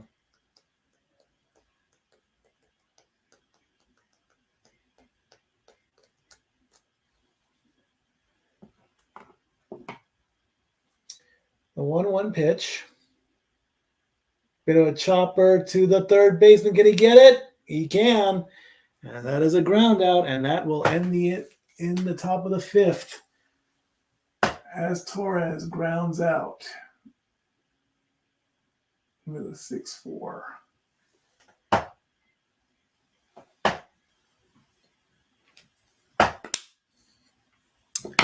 All right, as we get the replays on that.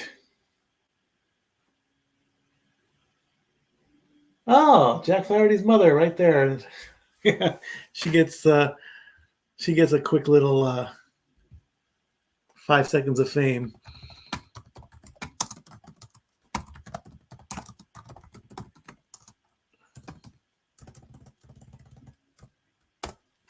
So as I said earlier,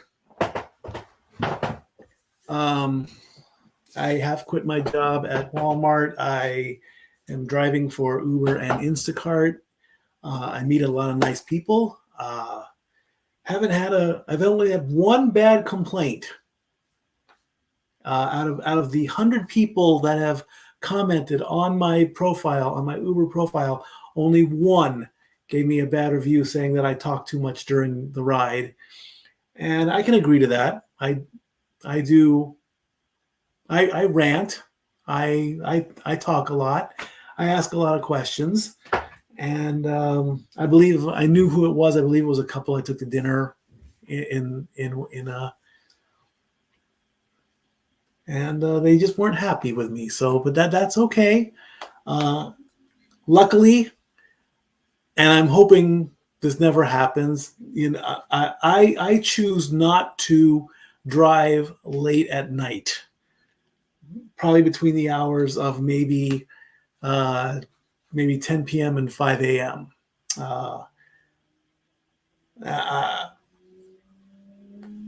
Some people say that that's the prime time to earn money because people that go out and have a good time, they should not be behind the wheel of their car. That's a general rule. But what I am afraid of is the unknown of what the person might potentially do. It might just be a worry wart, and thinking the worst.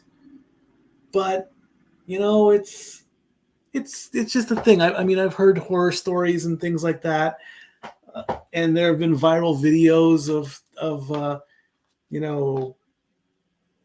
drivers getting called out and whatnot. So I never want that to happen to me. But luckily, nothing bad has happened.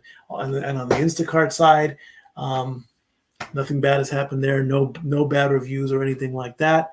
So I'm perfectly happy behind the wheel of my car. As we get ready to start the bottom of the fifth with Max Muncy, who takes a strike. Max Muncy fouled out in the second inning. Excuse me, I'm sorry. Stop Peanuts and Cracker Jack. Showing bunt. Again, I understand that you need to get on base. I would only bunt when somebody is on base. I would not bunt to try to get on base. The 0-2 count, because that cost him a strike. 0-2 pitch to Muncy is outside in the corner. Thank you. Yes, thank you, Emmanuel, about my little mini rant. Yes, most prefer silence. Yes. And I sing along with the radio a lot, too. The 1-2 to Muncy. High fastball got him swinging. There goes those high fastballs again. 1, 2, 3, 4 strikeouts for Garrett Cole. Those high fastballs will get you every time.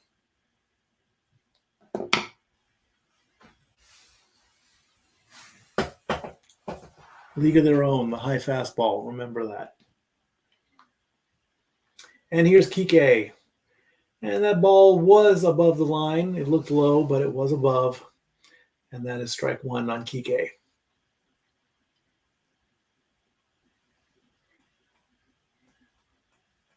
Next pitch. Got him swinging. That's strike two. Can Garrett Cole even out the matchup with strikeouts? Oh, he's from Newport Beach. How about that?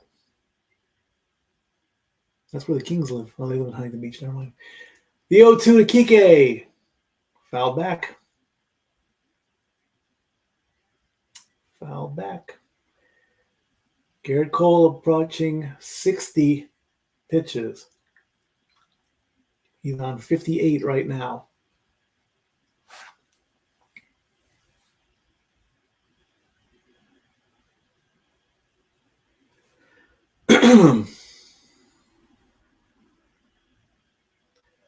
What is Kike going to do? You got to start thinking going for broke as we get in the later innings. The 0-2.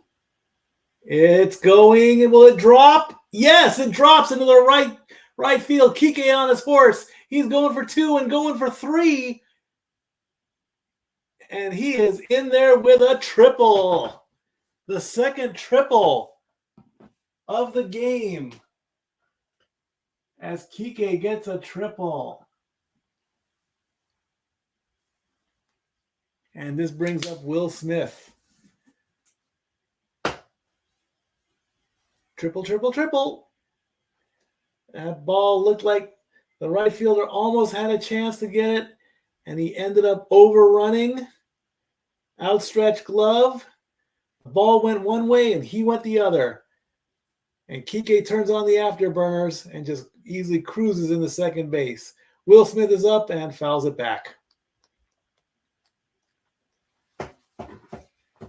With runners in scoring position, he's 4 for 10 with 2 home runs and 6 RBIs. Now would be the time.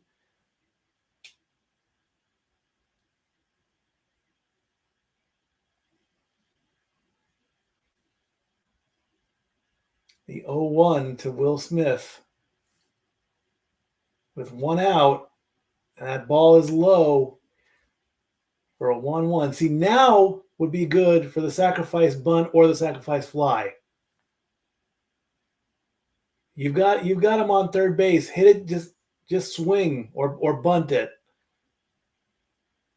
And that ball is up into the right fielder, and he makes the catch, and here comes Kike. At play at the plate is not in time, and the Dodgers take the lead with an RBI sac fly from Will Smith.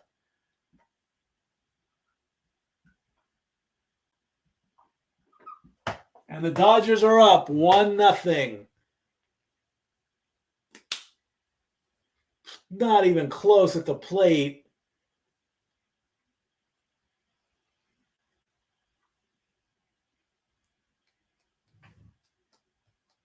Didn't even, tag was nowhere. He was tagging the air.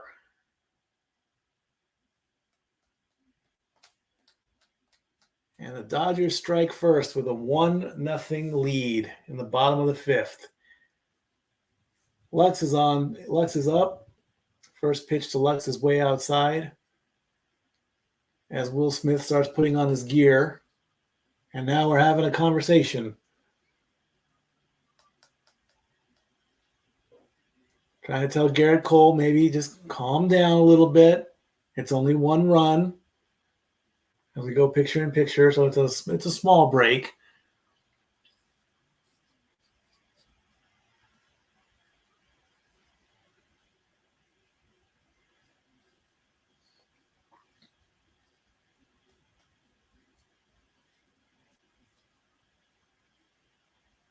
All right, the 1-0 pitch coming up next to Lux, who flew out to the right fielder.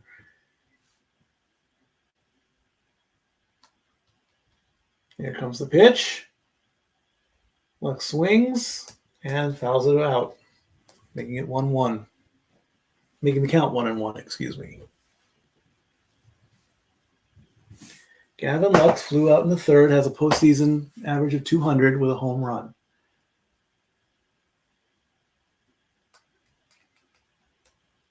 Bottom of the fifth, Dodgers up 1-0.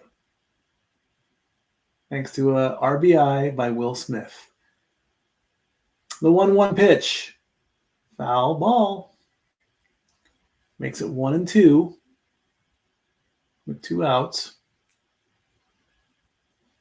The Dodgers are 68-15 when scoring first in the regular season. This postseason, when they scored first, they are 5-1. So they have an 80% chance of winning because they scored first. The 1-2 to Lux. He hits it right to the center fielder, who makes the catch. But the damage has partially been done as we put a 1 on the board as the Dodgers take a 1-0 lead. As we go to the top of the sixth. And it's going to be Juan Soto, Aaron Judge, and Giancarlo Stanton coming into the sixth inning. The game just opened up, but only by a little bit. We'll be right back with the top of the sixth inning. And now for a taste of things to come.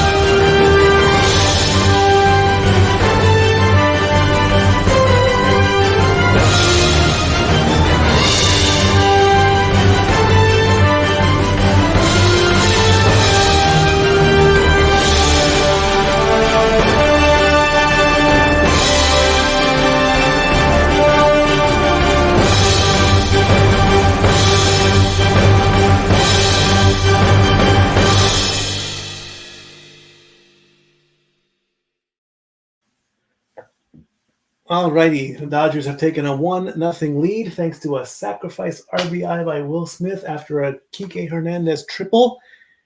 As we go to the top of the 6th inning. Game is moving kind of quickly. It is 9:36 on the East Coast.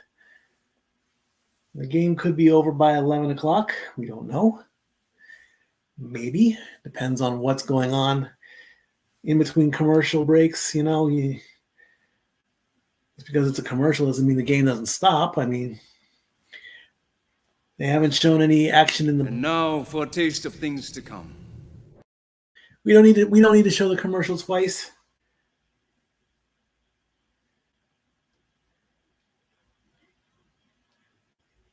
Both have pitched 5 innings. And Flaherty has 5 strikeouts as he pitches to Juan Soto and gets him for a strike. Juan is 0 for 1. He hit into the double play and has a walk.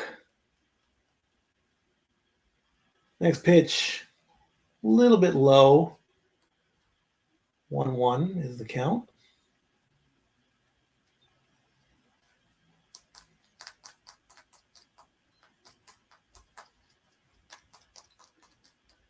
Next pitch. Oh, outside, big time. For a 2-1 count. And there is some action in the bullpen. Banda is warming up for Flaherty, who's at 77 pitches. Swing and a miss by Soto, making the count 2-2.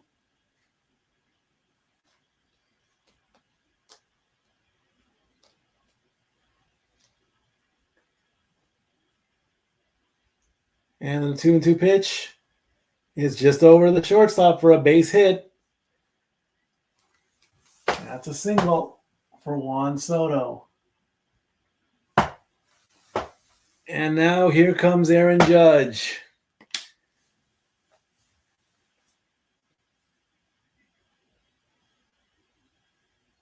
Right off the tip of the bat.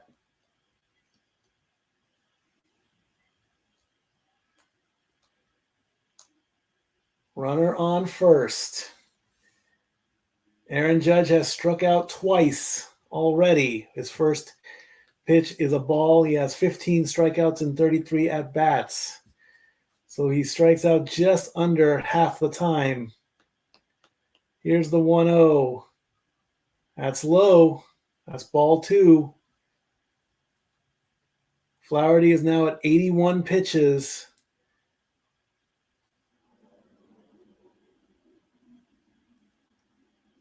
(2-0) to Judge with a runner on first in a 1-0 game as the Dodgers lead.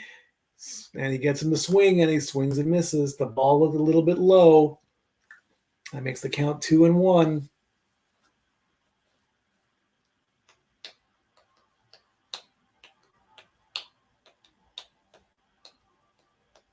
The 2-1 pitch is fouled back.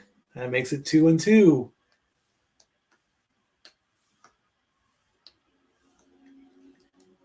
Of course, Aaron Judge had 62 home runs in 2022, most in franchise history by a Yankee.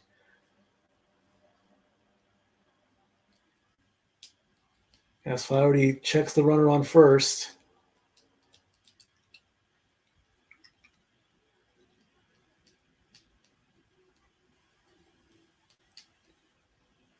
I don't see him striking out 3 times in a row, though. That ball is low. That's a full count. Now what do you do? You're in the World Series. You go for broke. This will be the 85th pitch. Stanton's on deck. He's 0 for 2 as well. Full count pitch. And Judge strikes out again. 0 for 3. What's happened to Aaron? Oh, my goodness. That's strikeout number 6, by the way. And he was not happy, giving a few choice words as he walked off the plate.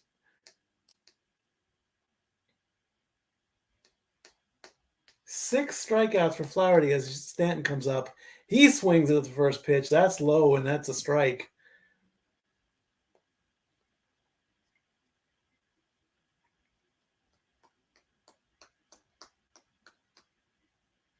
I almost would have had Judge sacrifice if he to advance the runner.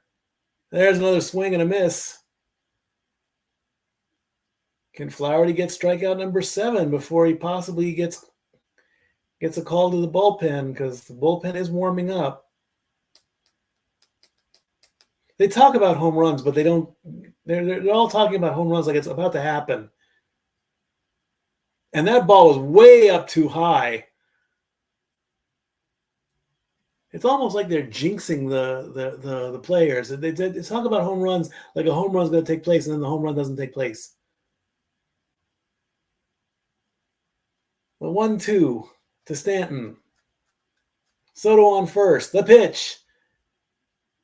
Look out.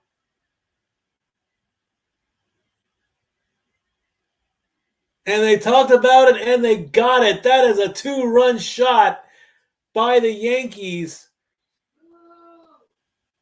with a 2-run homer answering back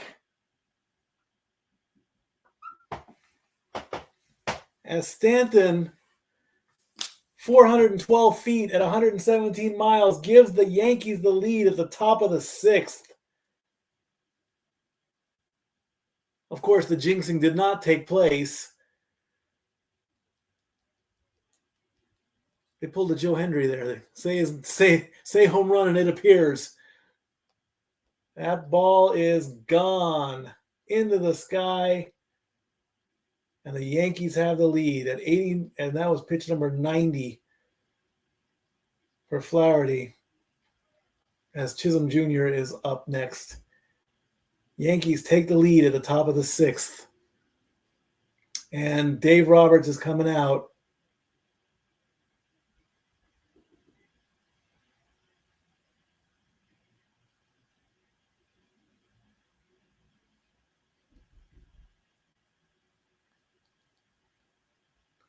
Stanton just posing there.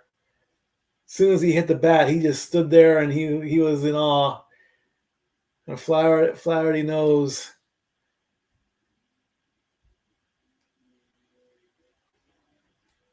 And he is out. We get the call to the bullpen, I believe.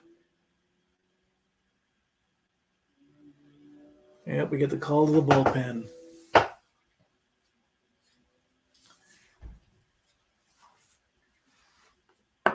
Two. All righty.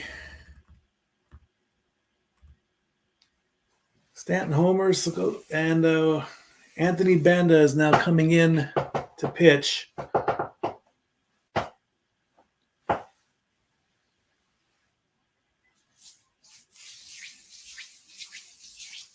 On a 2-1.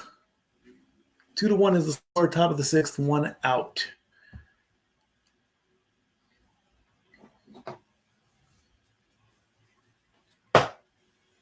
Stanton, of course, was 0 for 2. He's now 1 for 3. He answers back to the Will Smith RBI. It's not the end of the world yet, though. It's not over yet. If you heard that boo, that was Dory Lude from downstairs, not too happy because she's rooting for the Dodgers.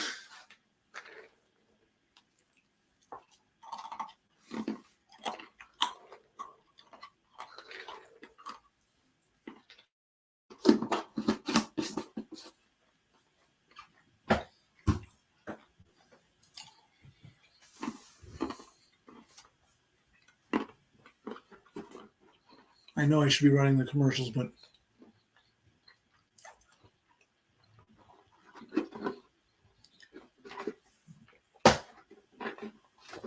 it shows that I'm human. Skull.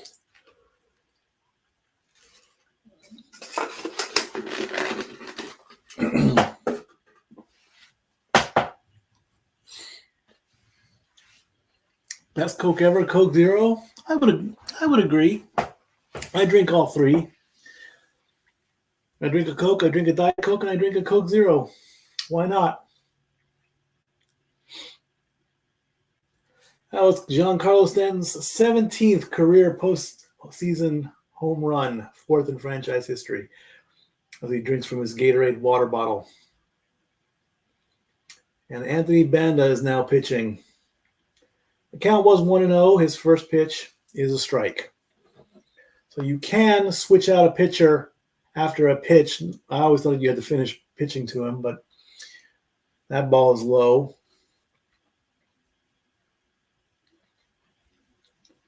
Chisholm Jr. is 0 for 2 with 2 groundouts.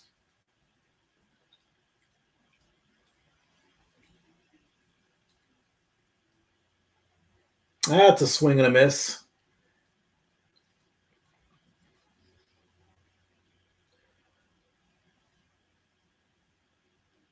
Banda trying to get out of the inning. 2-2 the count. And that's a base hit. That's a single to right.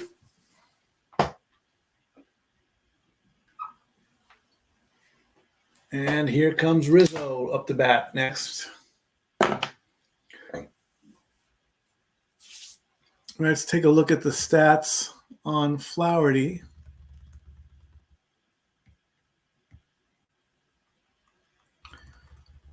Let's see if they have them up. Yeah, they should have them up. 5 1/3 innings pitched, 5 hits, 2 runs, 2 earned runs, 1 walk, 6 strikeouts. As Rizzo comes up and takes a strike. Not too bad. I mean, he got 6 strikeouts. That's what we're going to focus on there. He gave up a home run. It's only 2-1. It's okay. No need to worry yet. Rizzo checks the runner on first. He can do that one more time. They give him 2 per batter. He can check the runner one more time. But if he checks him a third time or doesn't pitch, I believe that's like that ball is low and outside. And that's a stolen base. Chisholm with a stolen base advances to second.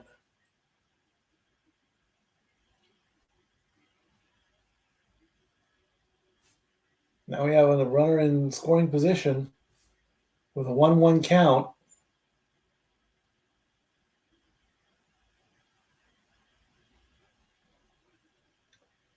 Banda checks the runner at second. The pitch. That's a foul. Makes the count 1-2.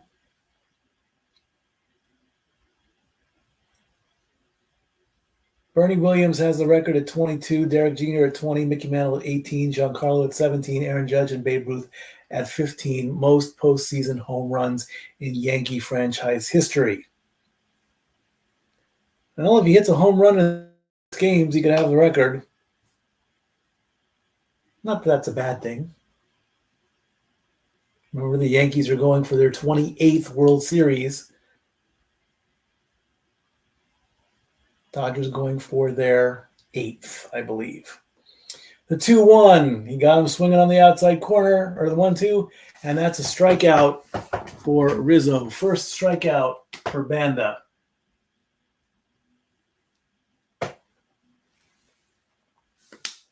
After coming in as a relief pitcher. Volpe is up next, who has struck out twice.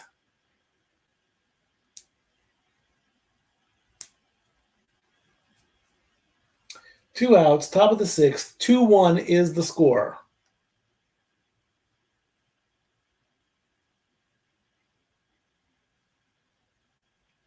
And intentional walk for Volpe. Putting runners on first and second. Very interesting play. Trying to get the force out for the next play with first base open. That was Stanton's 11th home run at Dodger Stadium. And here is Wells. Intentional walk. First base was open. And that's a strike, but the ball gets away. Runners do not advance. They could have if they wanted to.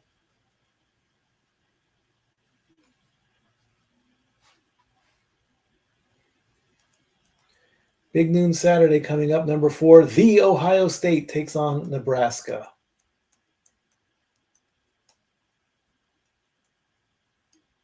The 0-1 to Wells. High, and Wells had to duck. He ducked his head a little bit on that one. Making the count 1-1. Runners on first and second. Yankees lead 2-1 after a Giancarlo Stanton home run.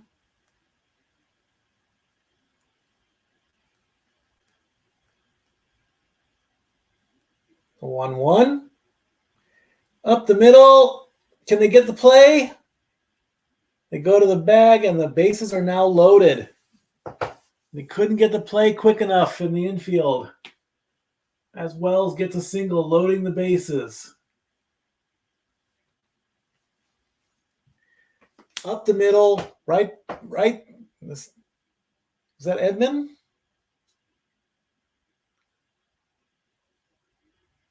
Yeah, that's Edman. He got the ball. He just didn't get up quick enough.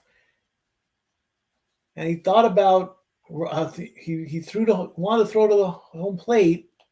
He is the 2021 Gold Glove winner, but he just didn't get up quick enough. Verdugo is up next with the bases loaded. That ball it looked outside, and it was.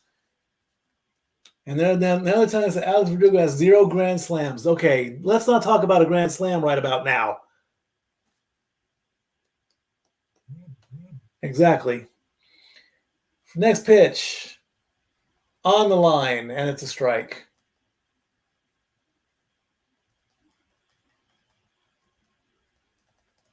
The 1-1 coming up.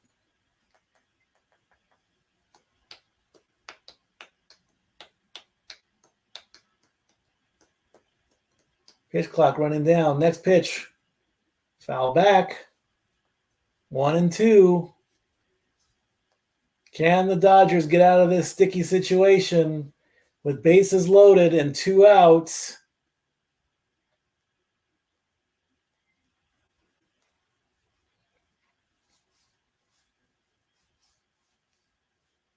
The 1-2 coming to Verdugo. Here's the pitch. High fastball, swing and a miss. And that will end the inning, keeping it as a 2-1 ball game. As Verdugo strikes out. 2 strikeouts for Banda. We're definitely going to need a breather after that one. Edman, Otani-san, and Betts coming in at the bottom of the 6th. Stay tuned. And now for a taste of things to come.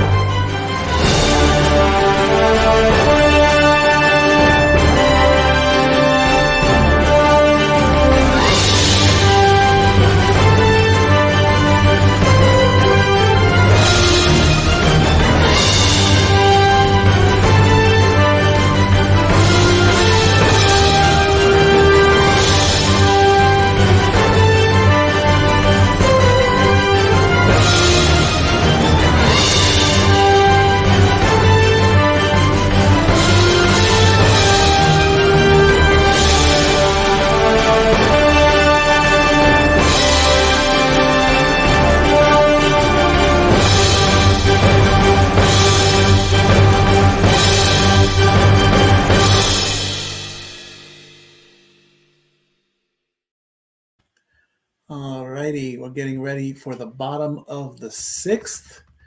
Let's recap with the official play-by-play given by ESPN. Juan Soto singled to center. Aaron Judge struck out again for the third time. 3 Ks right there. Giancarlo Stanton homered, giving the Yankees the 2-1 lead. Chisholm singled to right. Rizzo struck out. Volpe was potentially walked. Wells reached on the infield single, loading the bases, and Verdugo struck out, giving the Yankees a 2-1 lead in the 6th inning as I kick the table. I should not be kicking the table. And I think we need to tilt that a little. There we go, because we want 7, 8, and 9. There, that looks a little bit better. All right, here's Edman, the shortstop, who takes a ball on the outside corner. Who fouled out in the 3rd? Edman needs to get on base here. He swings, and that's a foul ball to make it 1-1.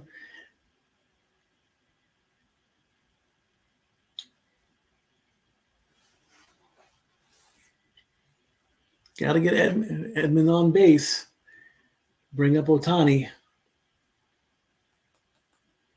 Next pitch, outside. Making the count 2-1. Garrett Cole's at 5 innings, giving up 2 hits, 1 run, and 4 strikeouts. Here's the 2-1. Big swing, and that is a fair ball.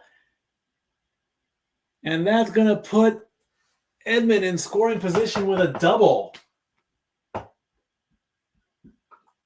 And now here comes Ohtani-san as the Dodgers belt is being shown in the crowd. Right close. The first baseman didn't even move to get that ball. That's a fair ball. That is a double.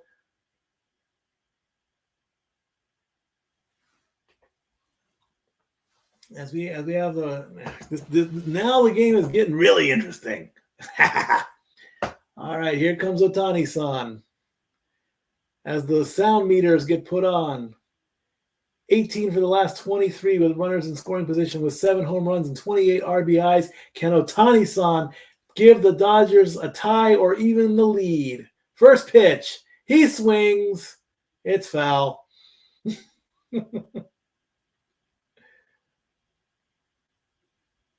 It's what you have to do in the World Series. It's the World Series. The 0-1 to Ohtani. As the crowd picks up noise at the chopper. And he is out. But the runner does advance to third base. It's a ground out for Ohtani. And here comes Mookie Betts, who is 0 for 2. With the runner is on third base. The runner did advance.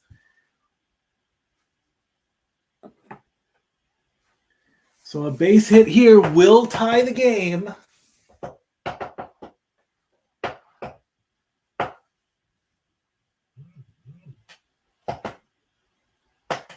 It is now 10 o'clock on the East Coast, 7 o'clock Pacific time.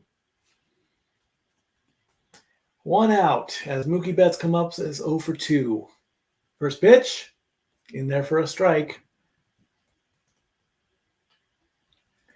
Mookie Betts is 5 for 11 with 3 doubles and 7 RBIs with runners in scoring position. The stats are saying he can do it. Can he do it now? That ball is low and outside. Ball 1.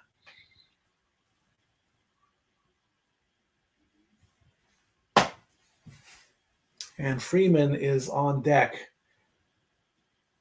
He tripled, of course, at his first at-bat. Mookie Betts, 1-1. Swings and takes us another strike. Swing and a miss.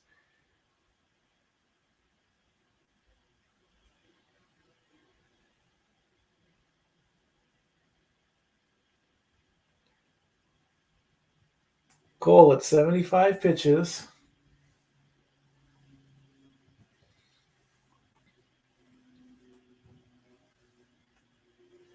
Here comes the 1-2. We'll wind up the pitch outside in the corner.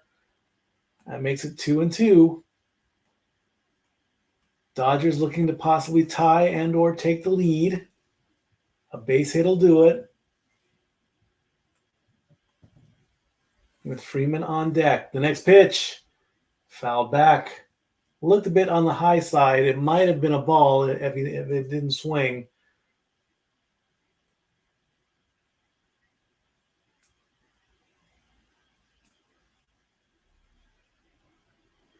It looked high, but he swung. Pitch number 78 for Cole. This is the 2-2.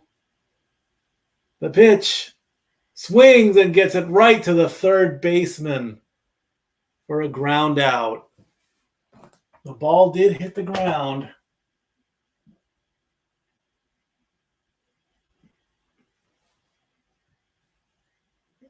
Almost looked like a line out, but the ball did bounce. It was a sharp bounce.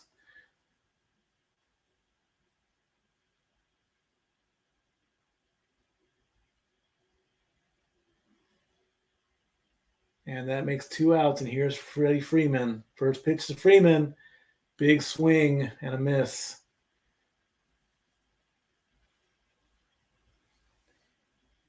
He is 0 for 2, or 1 for 2 with a triple.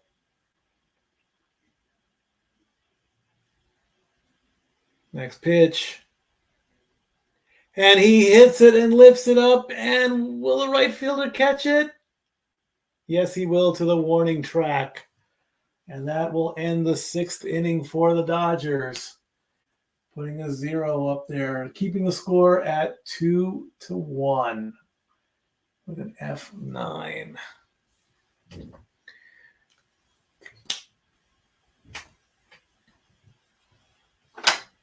So coming up in the top of the 7th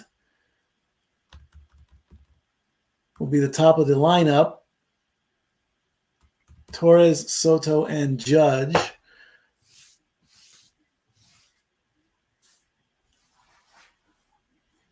By speaking of the stats, Aaron Judge is 0 for 3, so I don't know where that's going to go. Not at all.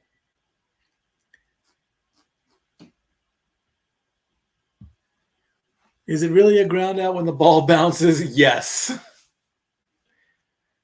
It really is. The ball hits the ground, it's a ground out.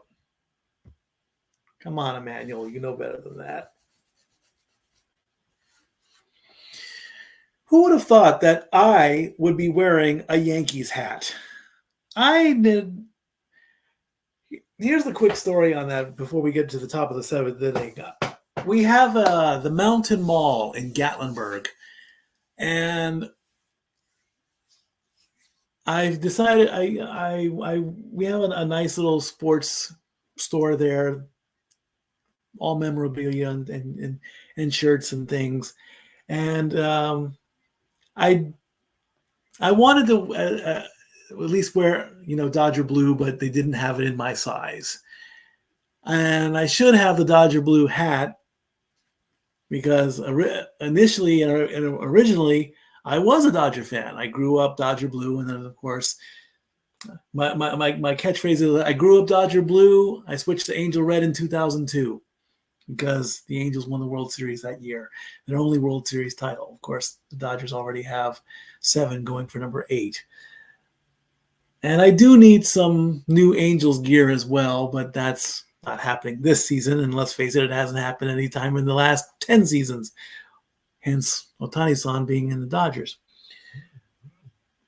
And I wanted to show respect to both teams. And, everybody wears a Yankees hat. I see the Yankees hat more than I see the Dodgers hat.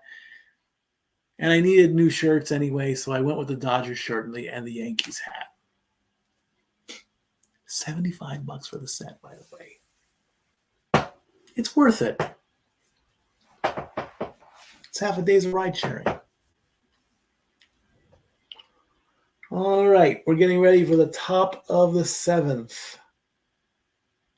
in a 2-1 game. And we have a new pitcher, Gratterall. Brusdar Gratterall. First appearance in the postseason. And he goes down the middle. Pitch the ball, then pitch the strike to Torres, who is 1 for 3.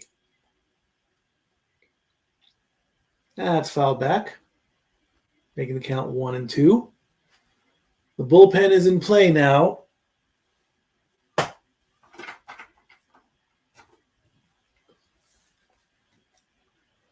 One, two. Right back to the pitcher, and he is out for the first out.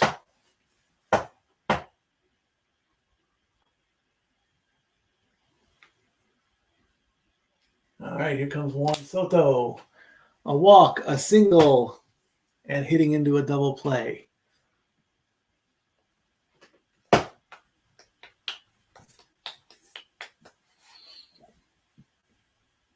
First pitch, Soto had to bring in his core on that one. Calabozo, Venezuela, 6'1", 265. Next pitch, low and in the dirt. 2-0 the count.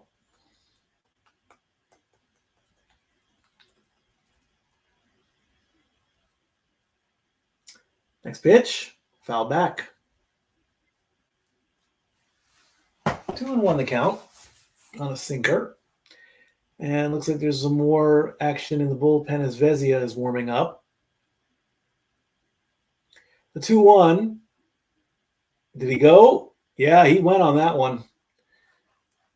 That's 2-2. 2-2. If you know, you know. 2-2.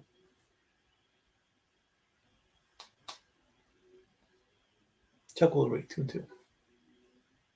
I do know about the new Scrabble game show. I haven't watched it yet, though. Get that later. 2-2 pitch. Whoa, way outside. And we have a full count situation for Juan Soto with Aaron Judge, who is 0 for 3. Full count. That's a foul ball.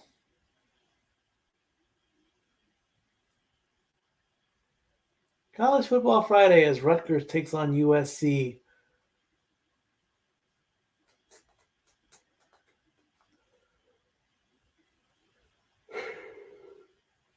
Past my bedtime. Good night. Just kidding. The 3-2 pitch.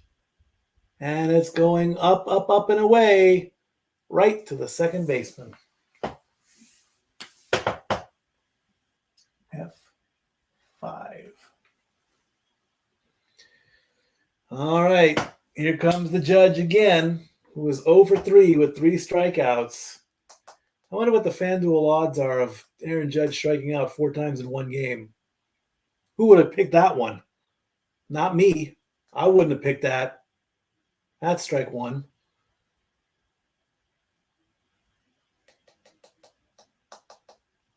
All that hype. Judge versus Ohtani. Judge has struck out 3 times. Up, oh, and he gets a base hit up the middle. Who would have called that? Aaron Judge does not strike out. He got himself a hit.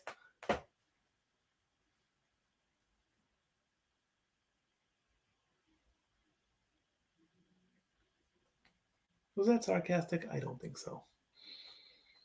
All right, Judge on first. 2 outs. And here comes the guy that gave them the lead. Giancarlo Stanton. 1 for 3 with a home run. 2-run shot. Just on the outside. Very close to a ball. I'm called it a strike.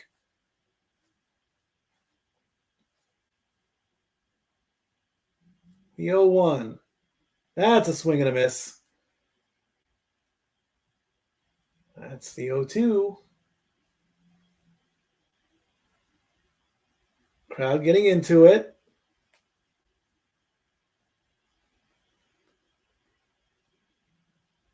The 0-2 to Stanton. Outside low. That's a ball.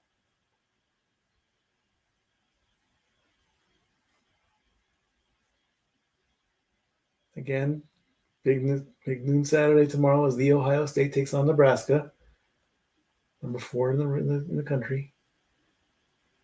The 1-2 pitch to Stanton. Judge going back to first base.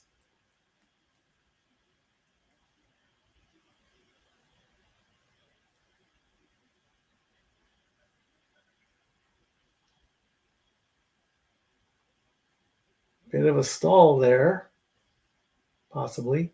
The pitch, way outside. He did hit 100 miles an hour, but there was no control on that pitch. That makes it count 2-2.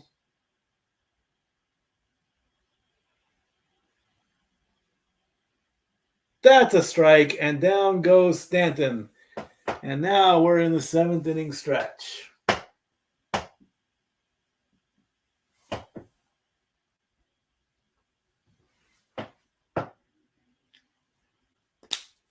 Take me out to the ball game. Take me out to the crowd. I've got some peanuts, but no Cracker Jack. And I will definitely be right back after this break. And now for a taste of things to come.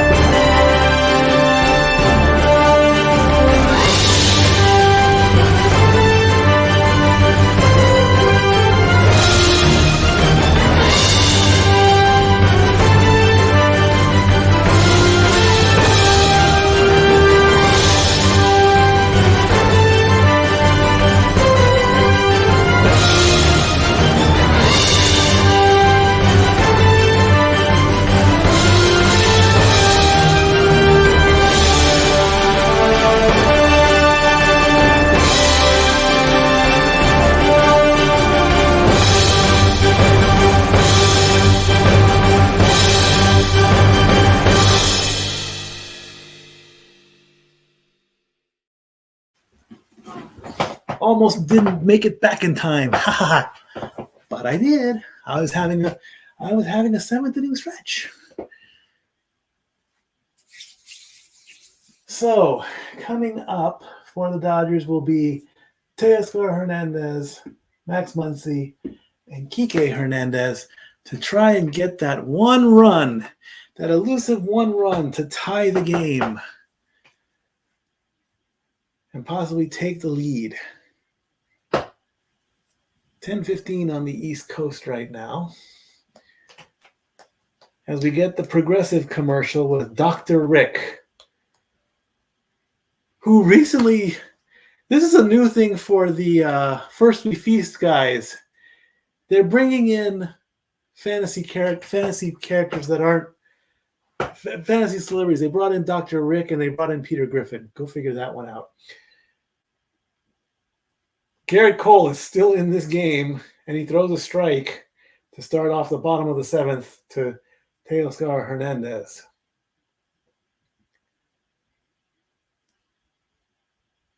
Next pitch, got him swinging. That's 0-2. Line out and pop out.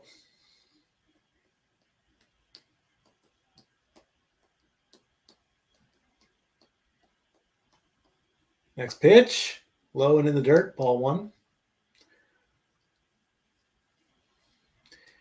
And Holmes is in the bullpen for the Yankees, so this could be it for Gahol. Unless he miraculously gets through this one lickety split, but nope, that's a ball. It looks like he might be done soon.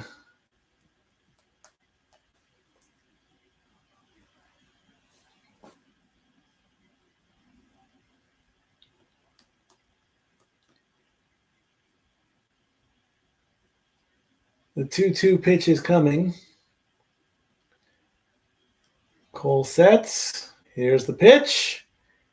Foul ball.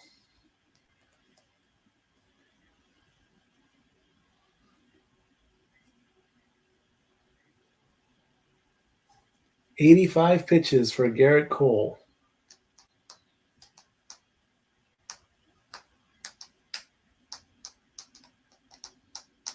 The 2-2. Foul tip. It's the catcher, so it's a foul ball.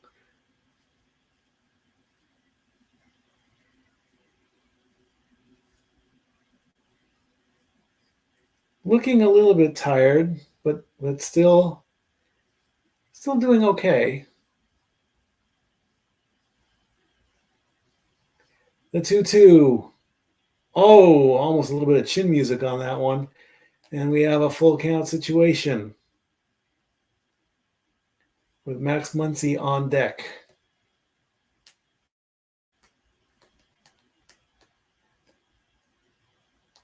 Full count pitch. Here it comes. And we have a base hit up the center.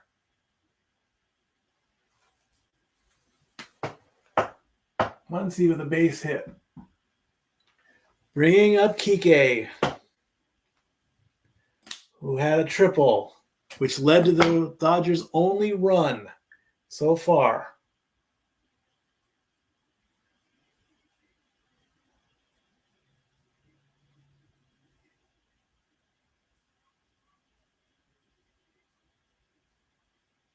"1955, the Brooklyn Dodgers." That was their first win.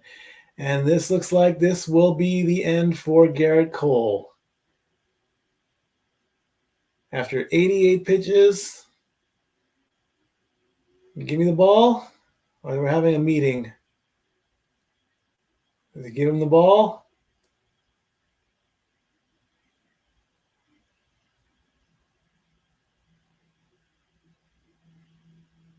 And there goes Garrett Cole. He is out. He is done. Making a call to the bullpen.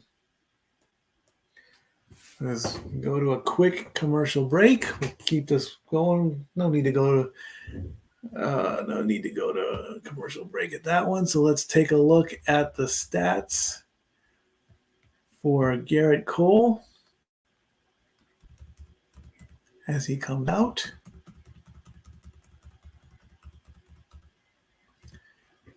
Six innings pitched, 4 hits, 1 run earned, and 4 strikeouts with an ERA of 2.82.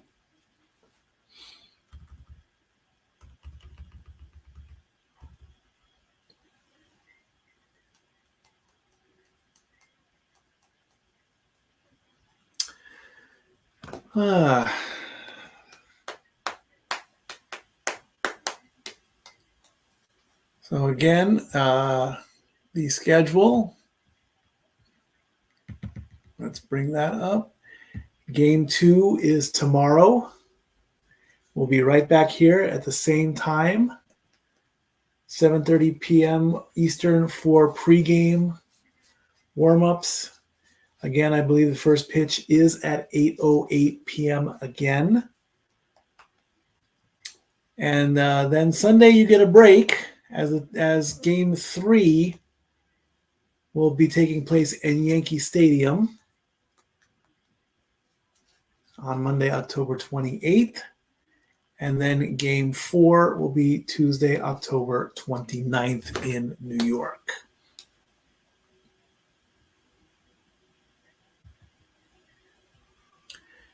Of course, we also have UFC 308 coming up tomorrow morning on the East Coast, 2 p.m. Eastern on the East Coast, 11 a.m. on the West Coast. Toporo versus Holiday for the World Featherweight Championship. So I believe Mr. Reliable Walter Cruz is going to take care of that. As we get Clay Holmes coming in as a relief pitcher, as he faces Max Muncy. First pitch is outside for ball 1. Muncie's 0 for 2. Personally, I'd play the sacrifice play right about now. Get the runner into scoring position so Kike can come up. That's what I would do. That ball is high. That's ball 2.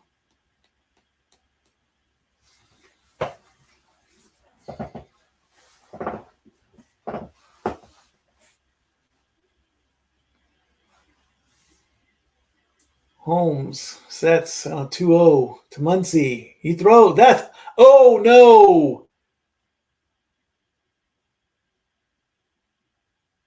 Did that ball? Yep. Muncie gets hit, advancing the runners. And that's going to bring up Kike with runners on first and second, and he got hit right on the foot. The ball hit the ground and then hit his foot. And now we're having a meeting on the mound.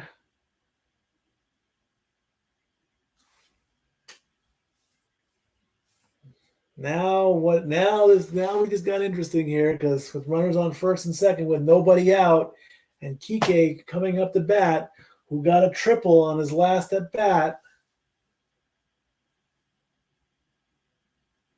64% chance to score a run for the rest of the game, thanks to Google Cloud real-time insights. Runners on first and second, a base hit will tie the game, possibly give the Dodgers the lead, with Kike Hernandez, who tripled in the 5th.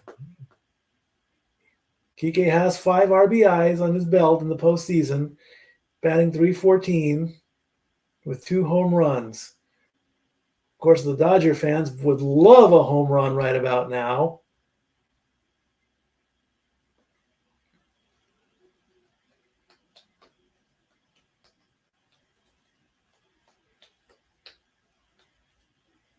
Holmes looking down the middle. First pitch to Kike. Here it comes. A bunt! A squeeze bunt, and it advances the runners to second and third. A very interesting play.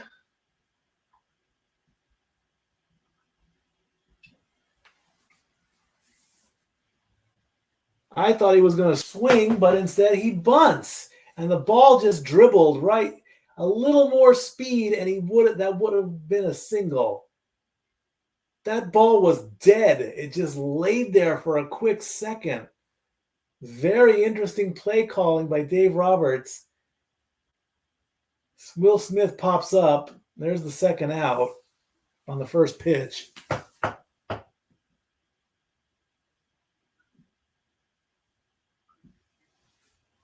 And a quick 2 outs after the sacrifice, and that brings up Lux with 2 outs.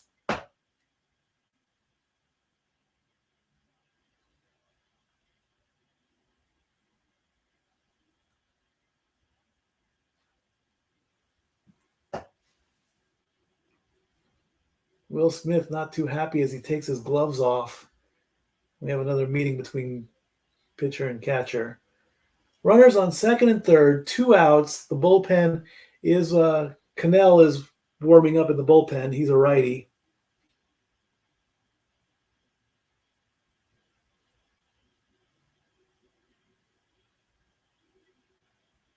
And it looks like we're getting another call to the bullpen. They are taking out Holmes, and they are bringing in somebody else. Not a bad idea. Well, that squeeze bunt worked, but Will Smith kind of messed it up a little bit.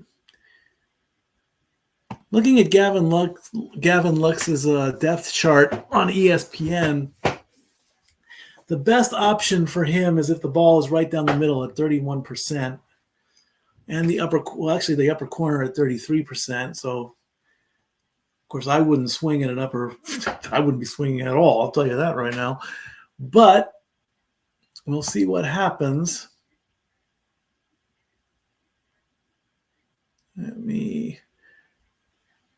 And right now, ESPN has the win probability for the Yankees at 58.8%.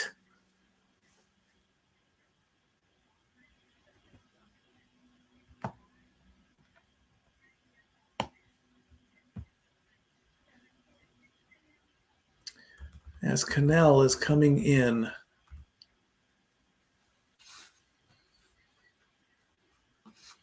Jimmy Vaughn? You mean Rick Vaughn? Wild dang. Also coming up, of course, tomorrow, Bound for Glory, TNA.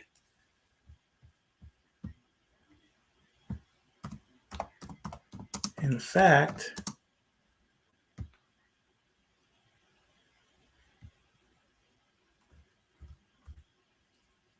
we have, of course, TNA champion Nick Nemeth.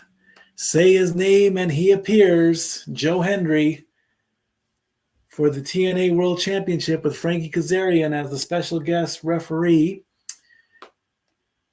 Monsters Ball match for the TNA Digital Media Championship.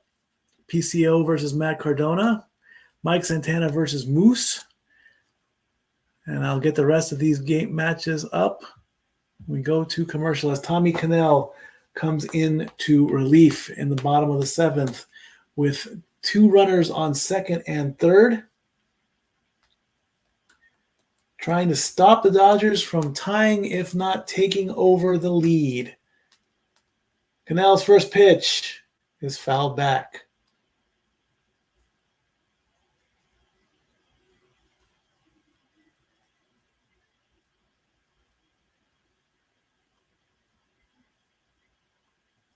Two flyouts for Gavin Lux.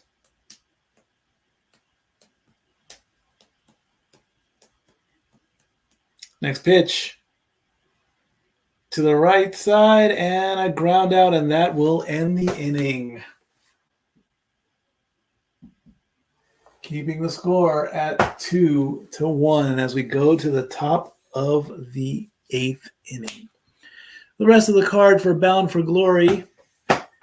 A three-way Full Metal Mayhem match for the TNA World Tag Team Champions as the System, Brian Myers and Eddie Edwards, take on Matt and Jeff Hardy and ABC, Ace Austin and Chris Bay.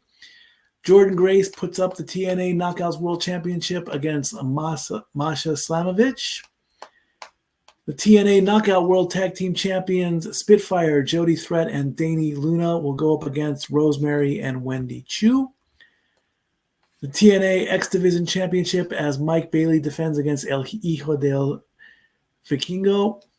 And Josh Alexander takes on Steve McLean. Of course, say his name and he appears. Joe Hendry, good luck to you, brother. I want to see you bring home that TNA World title. As much as Dory Blue doesn't want that because Nick Nemeth is one of her top three boyfriends, you know. Nick Nemeth, formerly Dolph Ziggler, Edge, and AJ Styles. And then on October 27th, the weekend before Halloween, Halloween Havoc.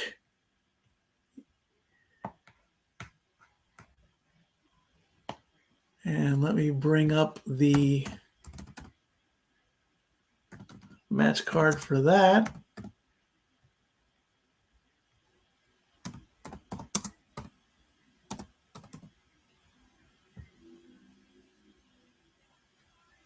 Let's bring that up.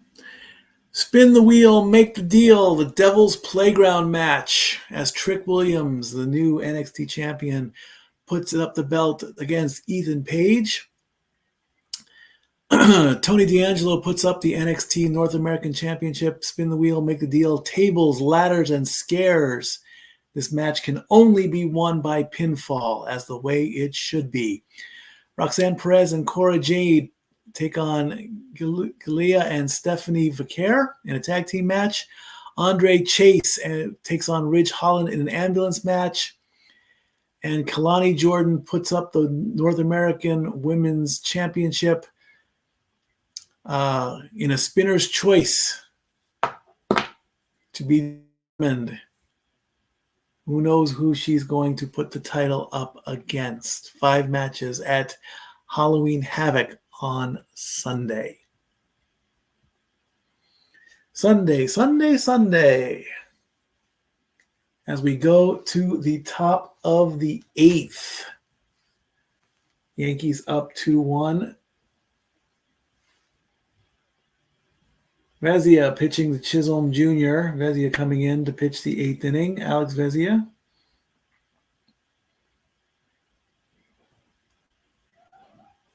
First pitch was a ball. Next pitch. That's a swing and a miss. Strike 1. Chisholm is 1 for 3, getting a single at his last at bat and stole a base.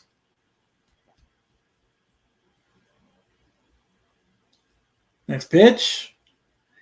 Ball was low, but the ump called it a strike. That should have been, in my opinion, but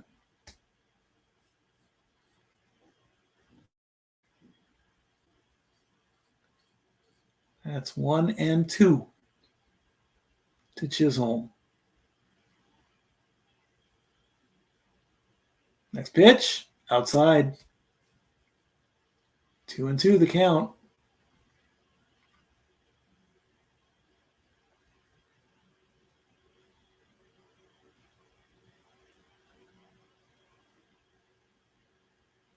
Next pitch, got him, swing and a miss, and that's a strikeout.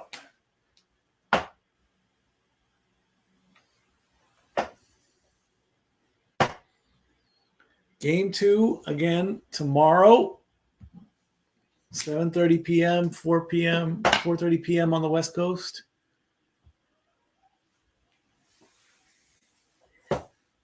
It'll probably be Carlos Rodon versus Yoshinobu Yamamoto. We'll see that matchup tomorrow. Foul back. Strike 1 against Rizzo. Rizzo is 1 for 3. He singled in the second. He struck out on his last at bat.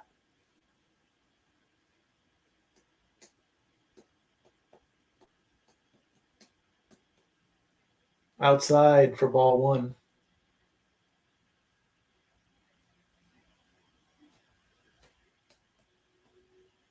Again, a nice cross of flowers, blue and white for Fernando Valenzuela. That's a swing and a miss. That's strike 2.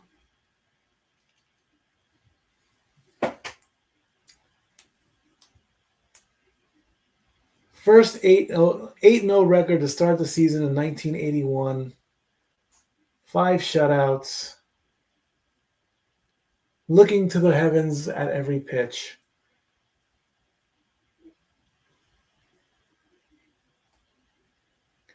The 1-2 pitch to Rizzo. Dodgers trying to not allow the Yankees to put any more runs on the board. That ball's high. That's a 2-2.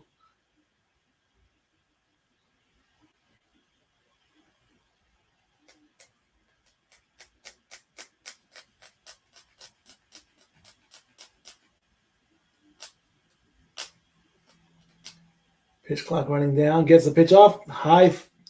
Did he go? No, he didn't go. And we have a full count situation.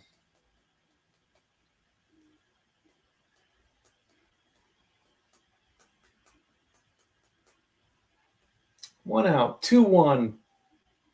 And that's a strike on the low corner.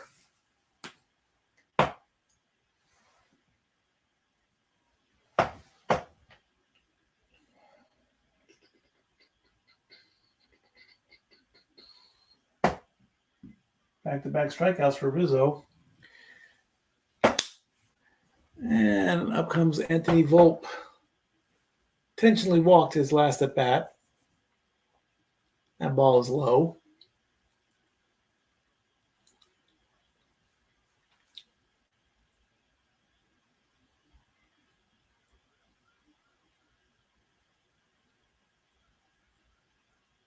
Next pitch.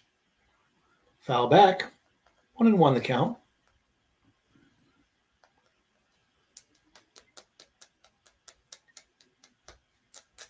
Ohtani-san will come up in the bottom of the 8th. Edman, Ohtani, and Betts. And that might be it for them. For Ohtani at the next pitch. Low. 2-1.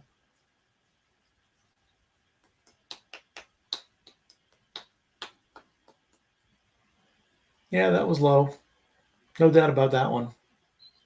No need to replay that. The 2-1. Foul. Makes it 2-2. 2-1 the score.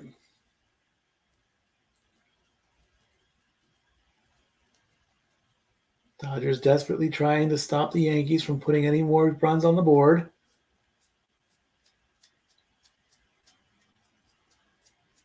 The 2-2 pitch is hit. Going back to center field. Kike makes the catch. And that ends the top of the 8th.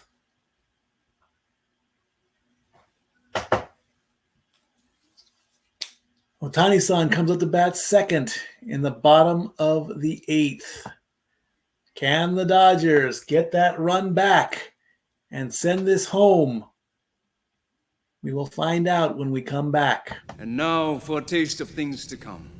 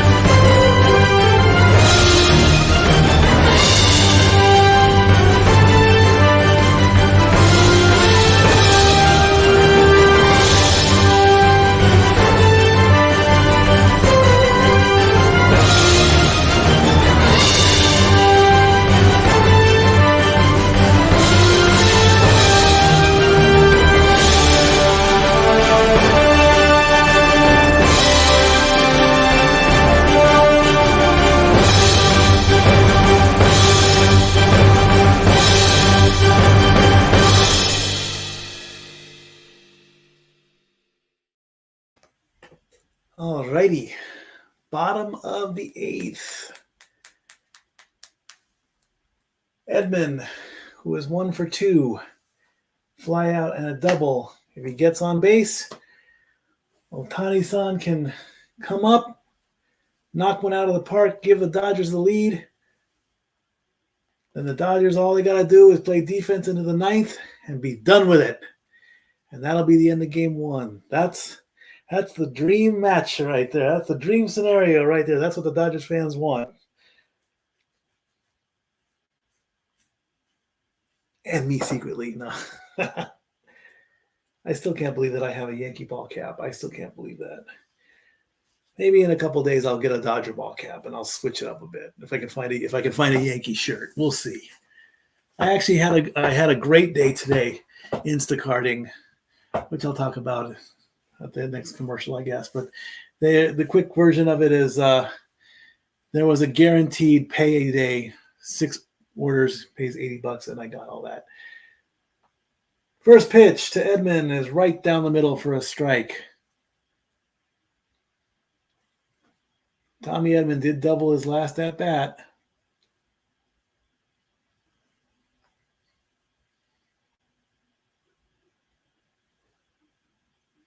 Next pitch, fouled off. 1-1 the count.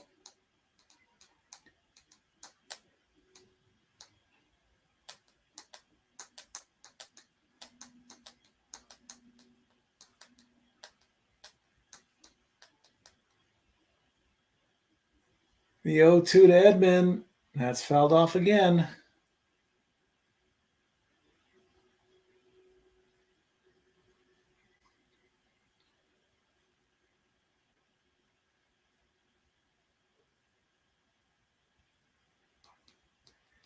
The 0-2 to Edman.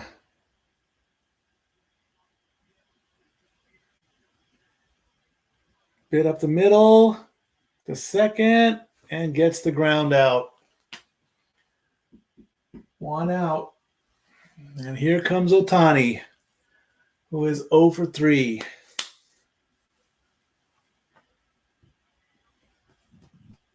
This will...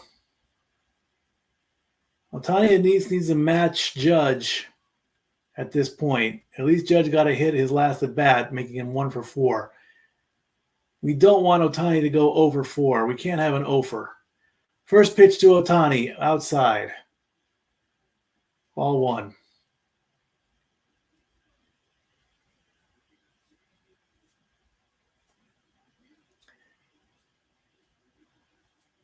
Next pitch to Ohtani-san. Will it go? Will it go? Back and off the wall! Ohtani gets a double. And he's going for third. As the fielder didn't even pick up the ball. So are they calling that a double or are they calling that a triple? What are they calling that?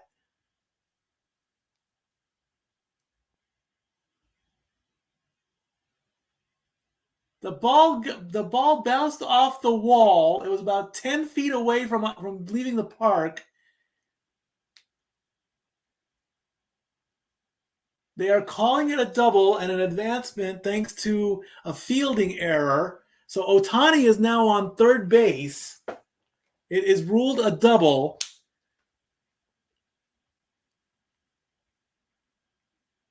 Well, how about that, folks? Ohtani gets a double. A much-needed double to stay on pace with Judge. And now the Yankees are calling out to their bullpen to take out. They're going for the Yankees are bringing in their closer. Wow. And it looks like they even brought in a runner for Ohtani. I'm not certain as to why. He's on third base. Let him run in. But things just got interesting.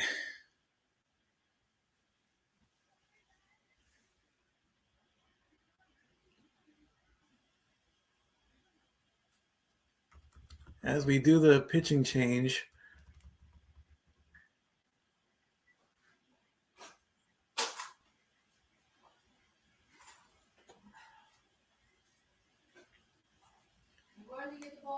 All right. Okay. And Luke Weaver is coming in to pitch.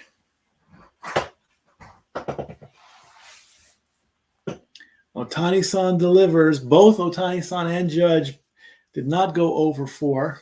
We did not want that. So all Mookie Betts needs to do is get a hit, and we'll be in a tie game. A home run, of course, will give the Dodgers the lead.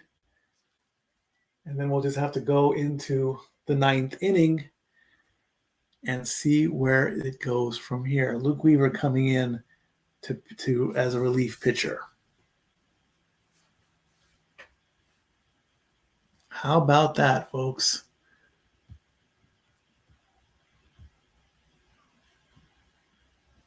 Two-one the score. Luke Weaver coming in to relief against Mookie Betts, who is 0 for 3.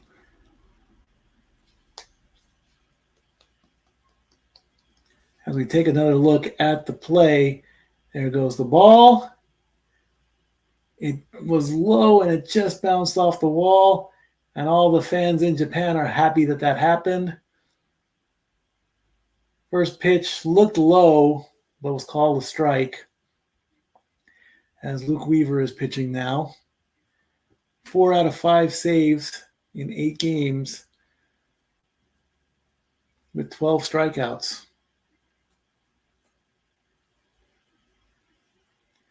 Mookie Betts, the 0-1. That's outside for a ball, making the count 1-1.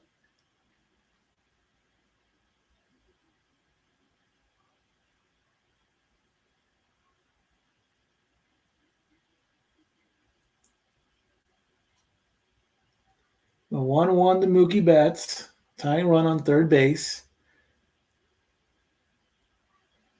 And he pops it up back, foul.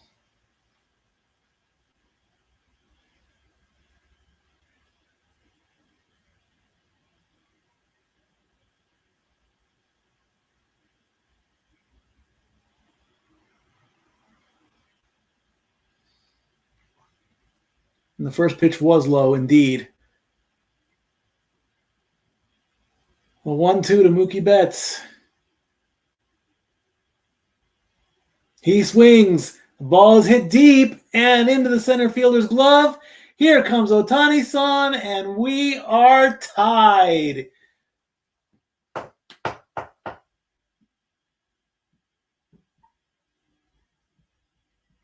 We are tied at 2. Late in the game with a sac fly by Mookie Betts, making it a 2-2 tie. That's a nice shot right there. Betts is very happy that that took place. Ohtani-san is fired up, and we are tied. And here's Freddie Freeman. And he pops it up, foul.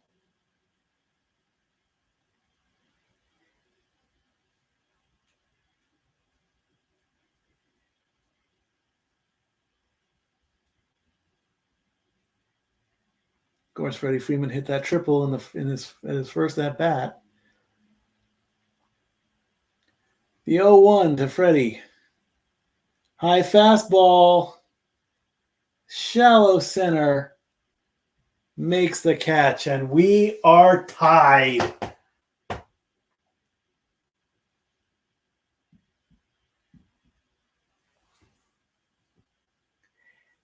The 9th inning coming up. What's going to happen next? Stay tuned. The 9th inning, unbelievable in a 2-2 tie. No, I don't want to add that.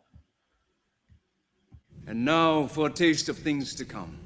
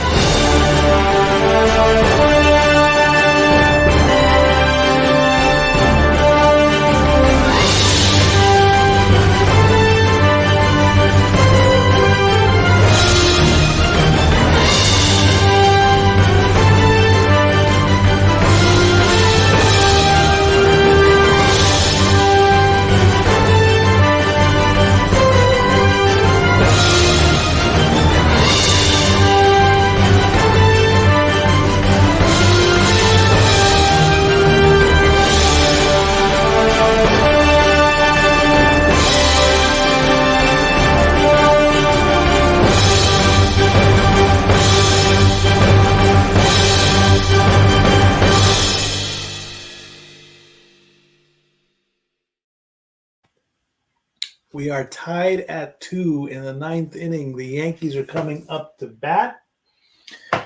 And it's going to be Michael Kopech is coming out to pitch. And it's going to be Wells, Verdugo, and Torres. The judge will only come up if one of those three get on base.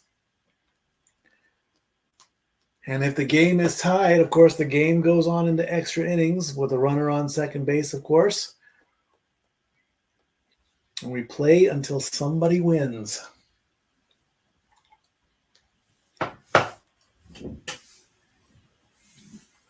Ohtani-san, of course, got a double that went off the wall. Almost went out of the park.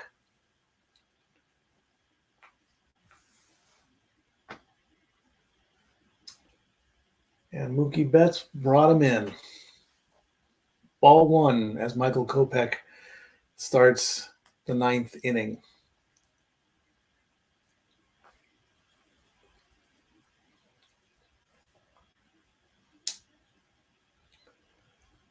Austin Wells, 1 for 3 with a single in the sixth.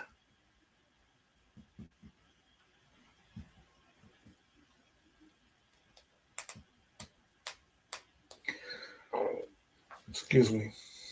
The 1-0.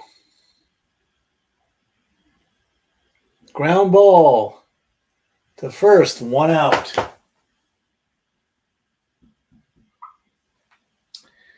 And again, we take a look at the ball that almost went out of bounds, another 10 feet.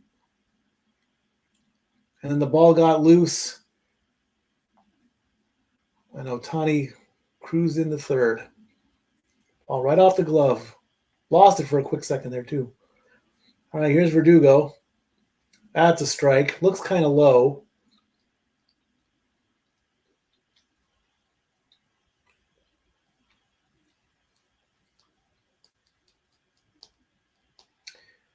That one was high. That's ball one.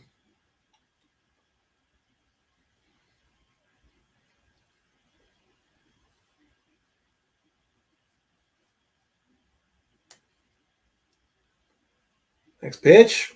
Whew. Outside, he had to dodge for that one. Making the count 2-1.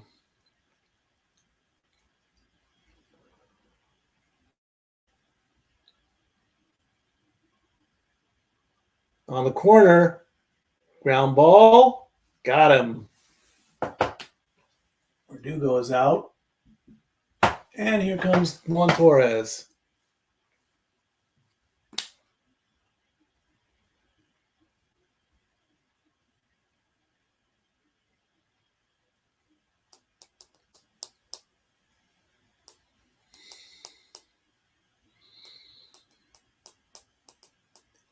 Juan Torres, 1 for 4.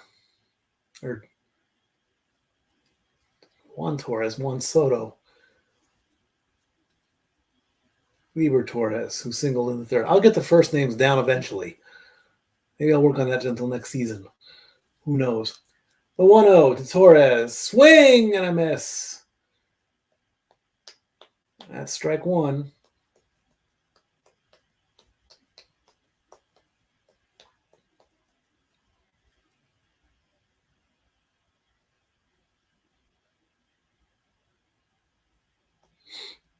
The 1-1 to Torres. Here it comes. It's in the dirt. That's ball two.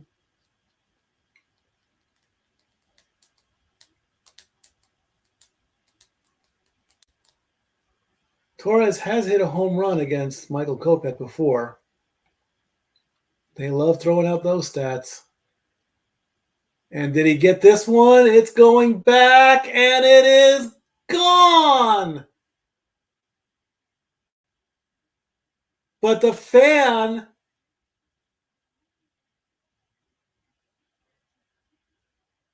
are we having a repeat performance again? A fan caught the ball. That ball is still in play.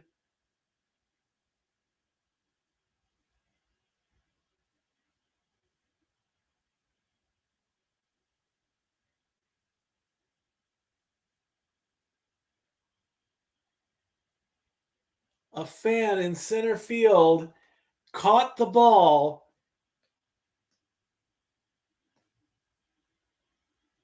And they are ejecting that fan. The play is being called as fan interference. They are reviewing this. And that fan was gathering up his stuff, and he is now being ejected.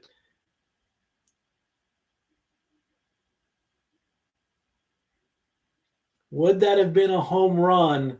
No, I don't believe it would have been a home run. But the fan has caught the ball while the ball was still in play. And if they call that fan interference and it stands, it'll probably be a double. Unbelievable that that happens. Kopech is now getting worn. Trainen is in the bullpen. That happened a long time ago.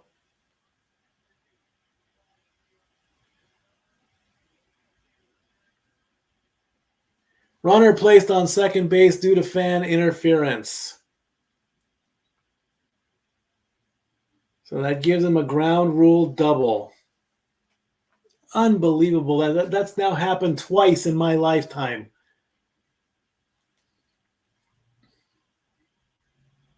Unbelievable. Fan interference.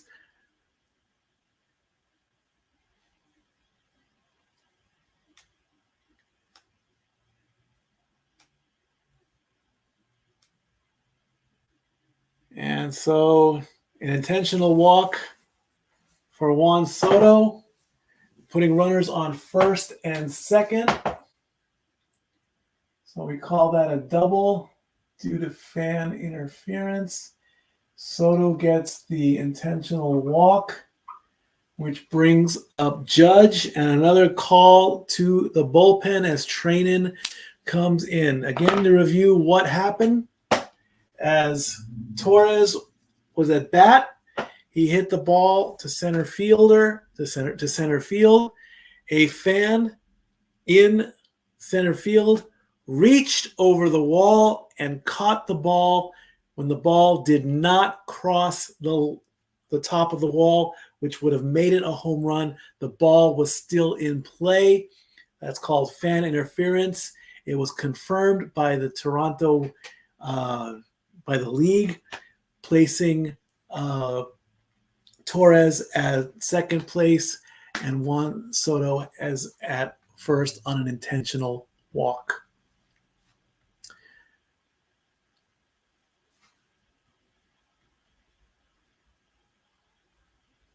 Cleaver Collin, yeah. And that fan was probably a Dodger fan because he was in Dodger blue. I wouldn't want to be that person. Why try to catch it? If you're going to try catching anything, help your team, not the opposing team. If that was my dad, I'd be so embarrassed. Yes, he did. He was asked to leave the stadium.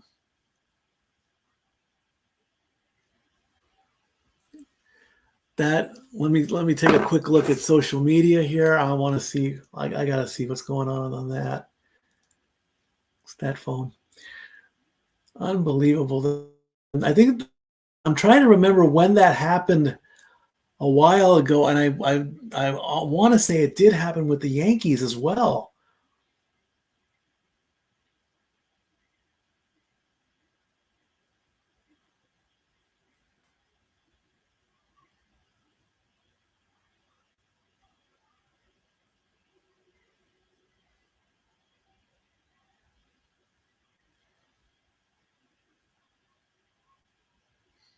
The 1996 ALCS.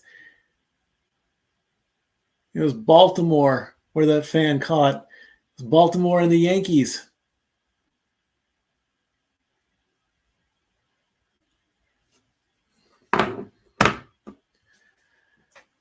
And there's not really a way you can stop that from happening either. I mean, if you're right on the line, if you're like first row on the foul lines or in the outfield, you can't push them back any further, folks. It doesn't work that way.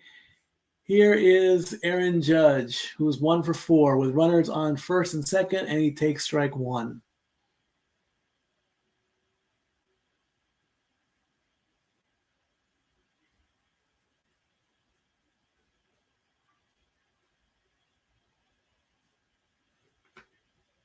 The 0-1, that's a strike. That's 0-2.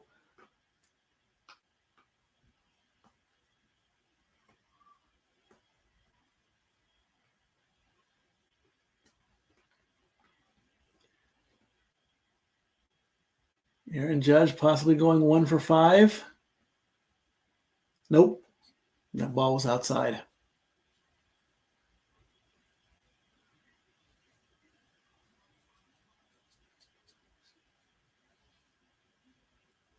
Dodgers trying to get out of this inning to get to the bottom of the ninth. Judge pops it up foul. Or foul back, excuse me, not popped it up, but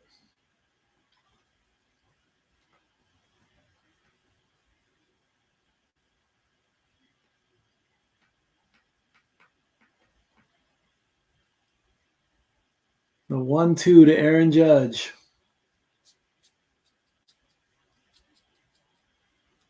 Here it comes. And that is popped up right to the shortstop, and he makes the catch. Aaron Judge goes 1 for 5. It is now the bottom of the ninth. The Dodgers only need a run to send this home and take a 1-0 lead. It will be Hernandez. It'll be Teoscar, I believe. Let me make sure I have that right. Who's the order? Got to make sure. Yep. Teoscar, Muncy, and Kike. Stay tuned. The bottom of the ninth coming up next. And now for a taste of things to come.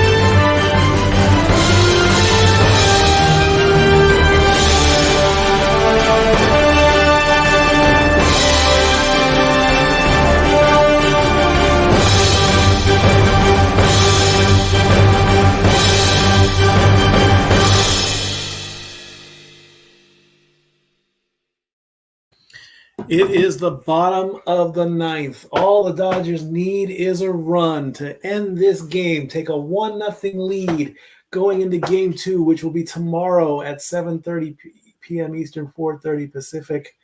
But of course, the big news is a fan messes with the game. We'll see how it plays out. The fan, of course, has been ejected, regardless of if it's the World Series or a regular series game. Oswaldo Cabrera is now at second base for the Yankees. And here is Teoscar Hernandez. Fans on their feet. First pitch, outside, ball 1. Weaver stays in. 1-0 to Hernandez. Next pitch. Swing and foul ball.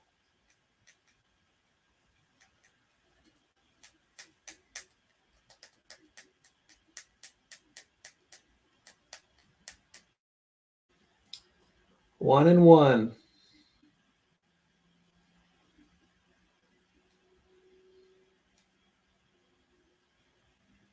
Outside in the corner. 2-1. Max Muncy on deck. He's only 0 for 2. Although he did get a single from what I remember. Unless they took that away from him, I don't know. That's almost a pitch count violation. That's a foul ball. That was Muncy 0 for 2. You gotta look at that.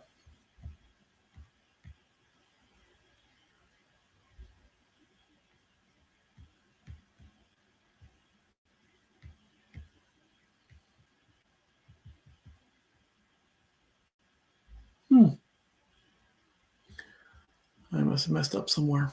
Oh well. A 2-2 count to Hernandez.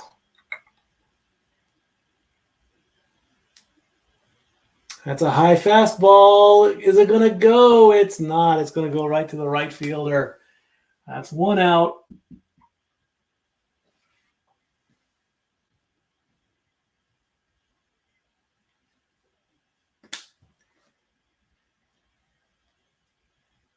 Max Muncy has a game-winning home run from back in 2018. 1 out. He has 3 home runs off of Luke Weaver. First pitch to Muncy. That looked like a good one, and it was. It's a strike.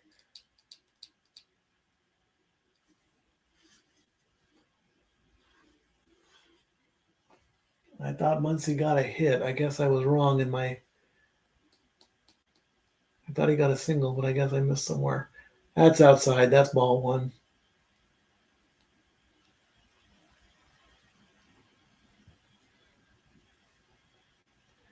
In World Series history, the winner of Game 1 wins the World Series 63% of the time. Next pitch, that's low and outside. That's ball 2.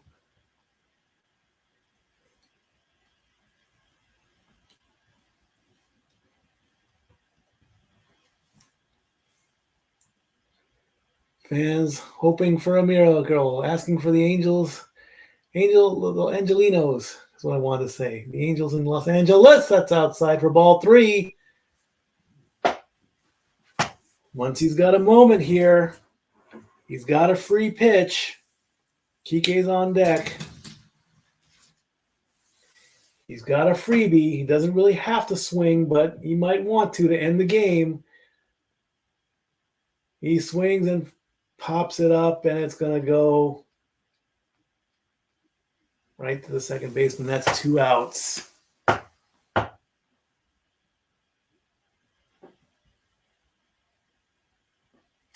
And here comes Kike Hernandez. On 3-1. High changeup, and as soon as he swung, he knew that he didn't want to hit it. Bottom of the 9th, 2-out scenario for Kike. First pitch is way up high. That's ball 1.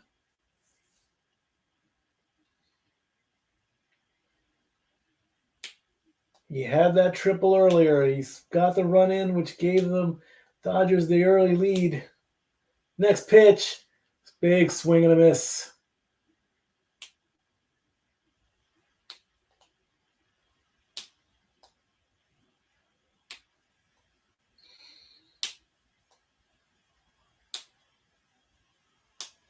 The 1-1. He gets a swing on it. It's going to go short, and the left fielder comes in with a diving catch to send the game to extra innings. A diving grab by Verdugo. And he slides in, and we are at the end of the 9th inning, still tied at 2. We go to the 10th inning. Oh my goodness.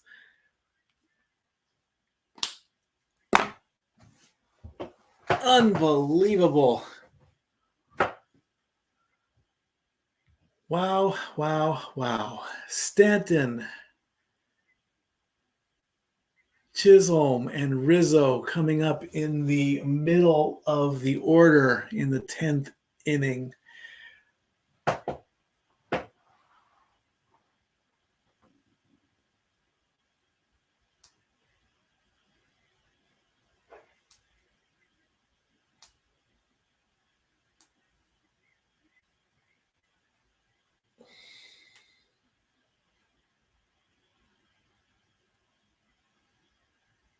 Fox is doing the full Monty? Oh no. Are you serious right now?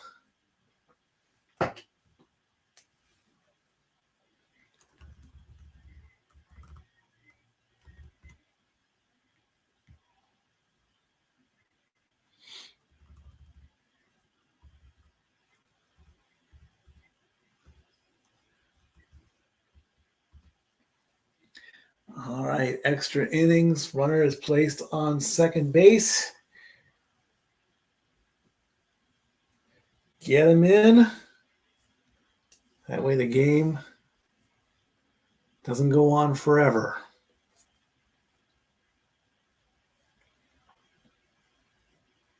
Oh, did they get rid of that?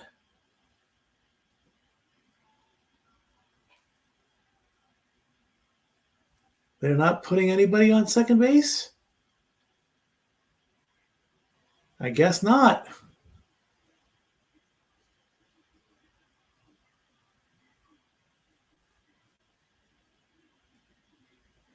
This is the third time in a row that the game has gone to extra innings.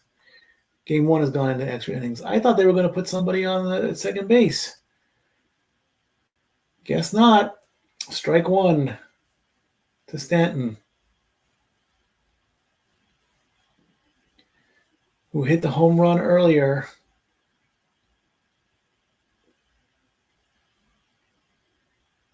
That's a foul ball. As I quickly do a quick search.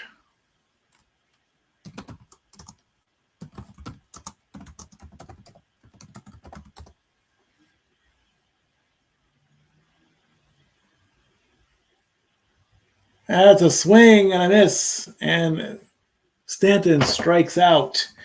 1 down. Chisholm is up.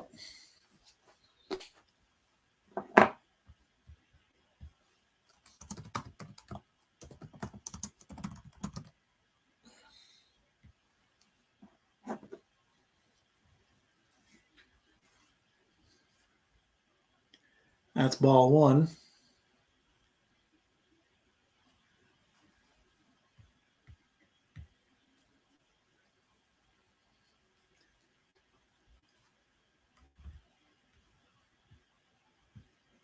That is a base hit for Chisholm.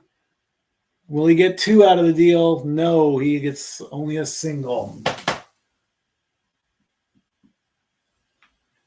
That's a horrible 1B right there. We got to fix that. Rizzo coming up, who has 2 strikeouts.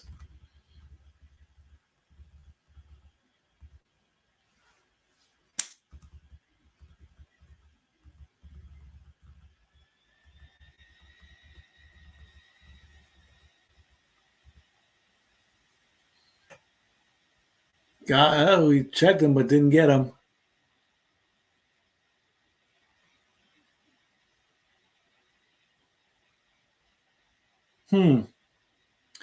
Extra innings in the playoff don't incorporate automatic runners regardless of how many innings are played. Rather, the game proceeds as normal in the extra innings until a winner is determined. We might be here for a while, folks. That's a ball.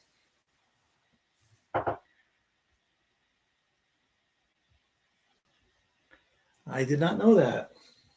I thought they put the automatic runner in. I guess because it's the playoffs, you got to do it on your own. So we have a one. He's going for second. Didn't get him. That's a stolen base.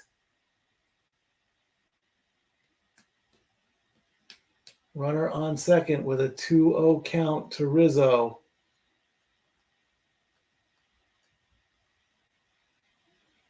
Loses his helmet, and he is safe.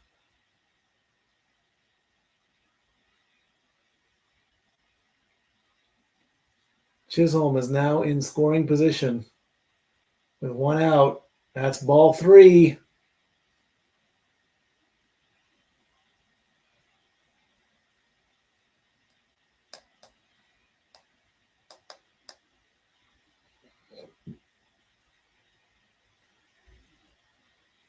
And they walk Rizzo. Putting runners on first and second.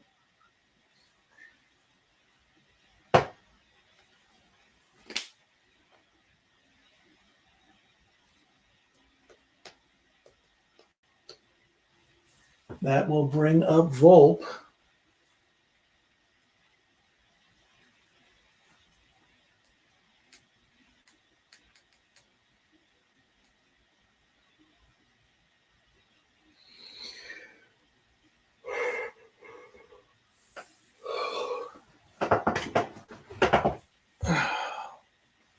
Meeting on the mound is over.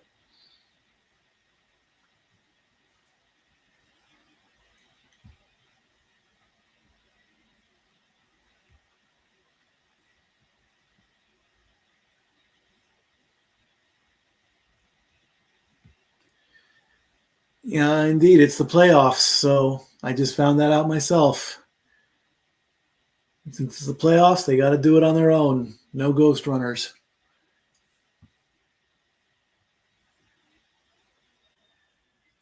Volpe is 0 for 3. Runners on first and second. Tied at 2. Top of the 10th. One out. That's a strike. Dodgers are looking for the double play ball to get to the bottom of the 10th and hopefully end this.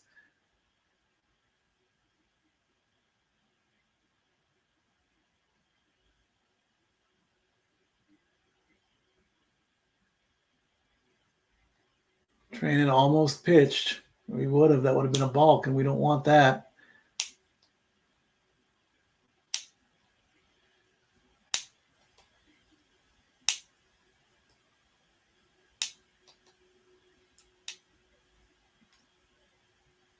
Runner advances.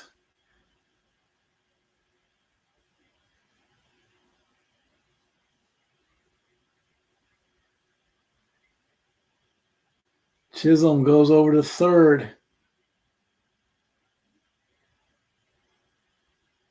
Runners on the corners. Showing bunt. That's a strike. Making the count 1 and 2.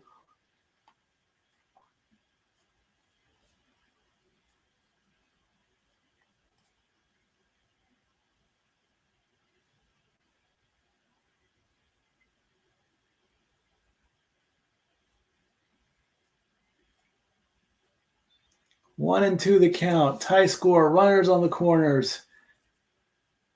Here's the 1-2. Did he go? He did not.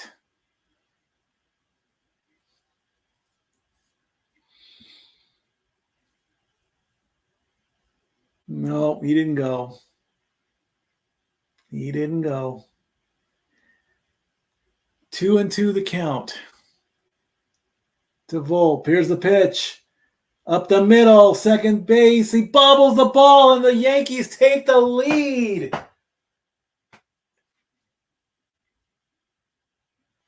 Chisholm scores, giving the Yankees a 3-2 lead. Was that Edman again? Yes. Edman bobbled the ball out of his glove and could not get the ball Did he get the force out at second at least? Yes. He did get the force out at second. Chisholm did score. And that gives the Yankees a 3-2 lead. Volpe is now safe in the fielder's choice.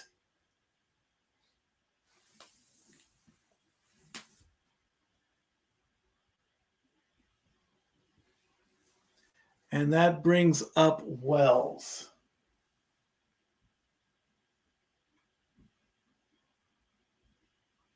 NFC RBI safe.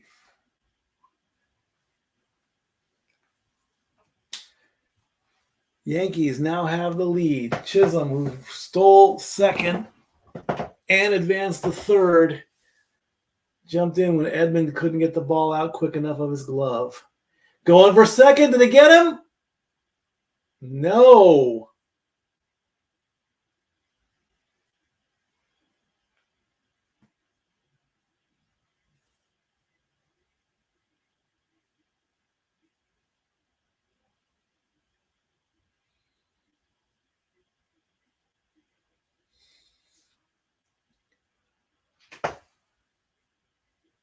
Volpe advances to second on the 0-1.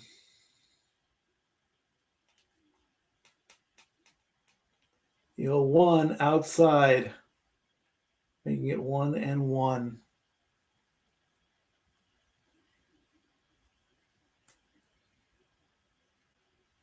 Two outs. Yankees lead 3-2. The pitch. Foul. Foul ball. 1-2 the count. Austin Wells 1 for 4 at a single in the sixth.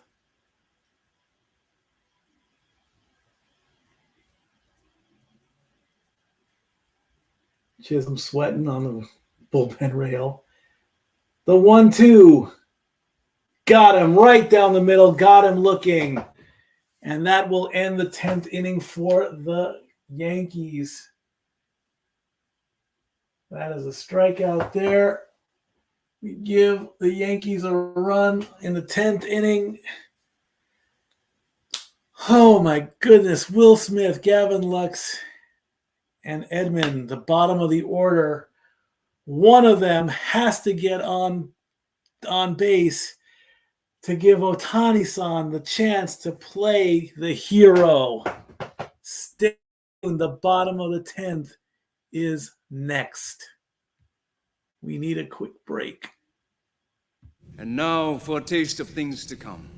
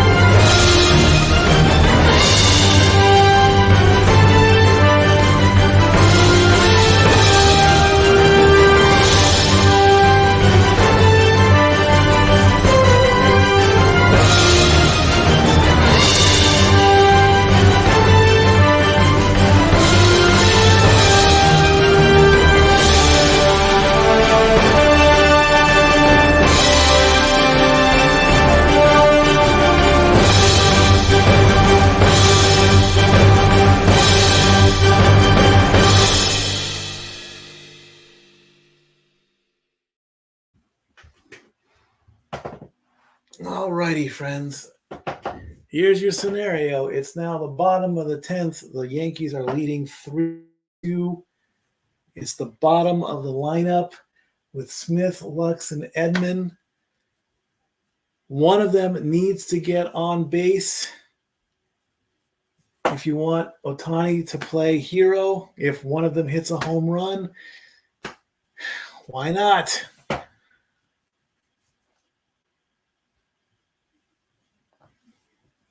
Smith takes strike one as Jake Cousins comes in to pitch.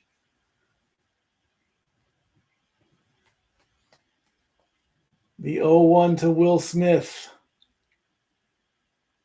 Outside, ball one. If one of them gets on base, Ohtani can play hero. Of course I'm still here.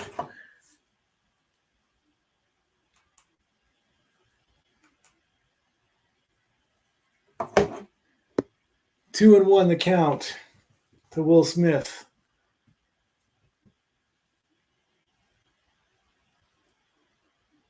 The 2-1 to Will Smith. That's in there for a strike. That's a wicked curve.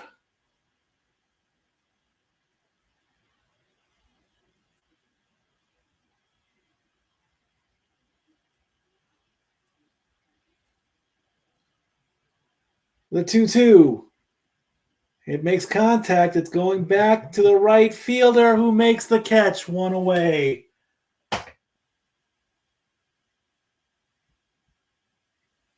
And here comes Gavin Lux.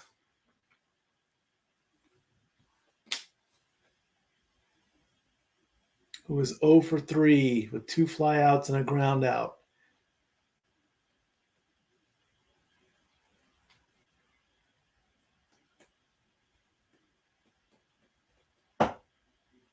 First pitch to Lux. Outside, ball one.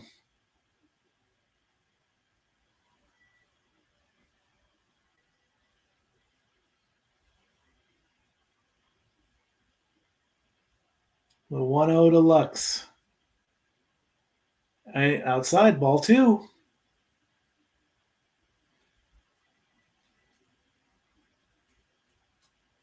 Two batters away, Ohtani-san. Yes, we know Ohtani-san has had a chance to come up. Thank you. We don't need that right now. Next pitch. That was outside, but it just nicked the line. So I saw it outside, but it was on the line. Now that I had a second look, so that's strike one. The 2-1 to Lux. Low. Did he go? No, that's 3-1. What do you do, Lux? You've got, ooh, that was very close. Oh, he pulled back just in time. The 3-1. Way too high. Lux is on base. The tying run is on base with a walk.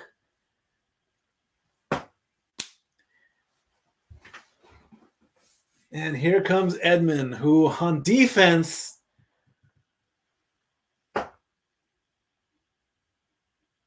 on defense, Tommy Edman has been very interesting. Cortez and Hill are in the bullpen, both lefties. We're having a talk. Edman on defense, bobbled the ball a couple times. And he is 1 for 3 with a double.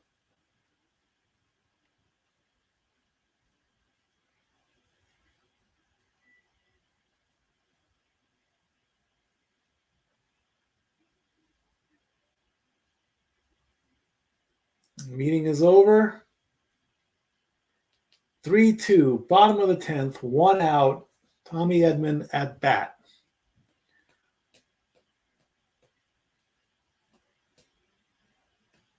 He does have a home run in the postseason with 12 RBIs.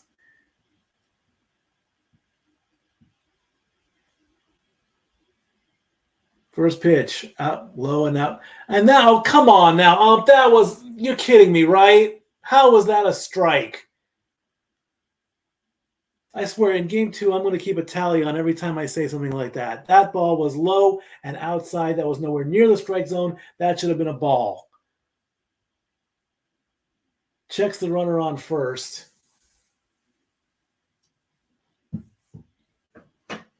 I'm going to put it like right here. Bad call count.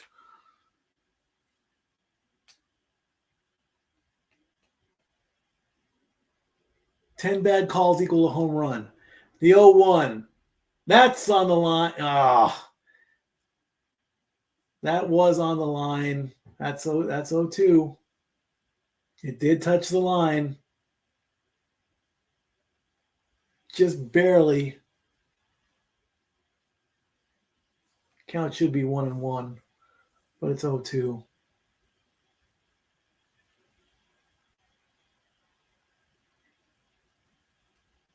The 0-2 to Edman, out low, that's low.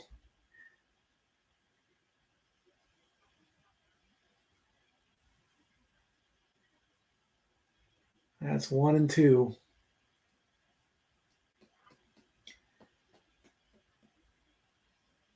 Edman looking for something. The pitch. That is a base hit. Unfortunately, the runner at second tripped up. Could have gone to third. Instead, he slipped up and tripped. Now we have runners on first and second with one out. And here comes Ohtani to play hero. The ball just got past the second baseman. And Lux, as he was running and he hit second base, he slipped and had to go back. He wanted to go to make it first and third. Instead, it's first and second now. And we're having a talk. Are they going to pitch to Ohtani, or are they going to walk him and load the bases? Nope, we're going to the bullpen.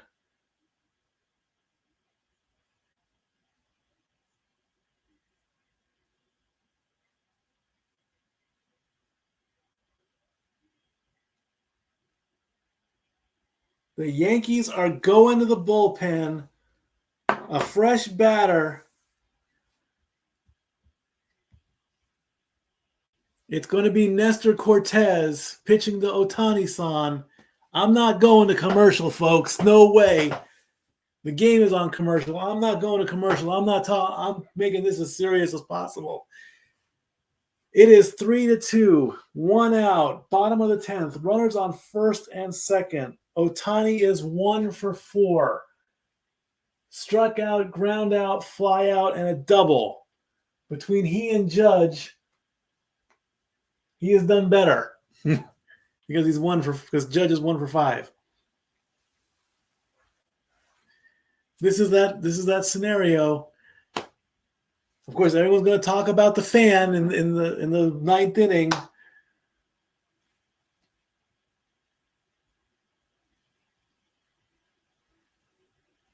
A base hit will tie the game. A home run will win the game.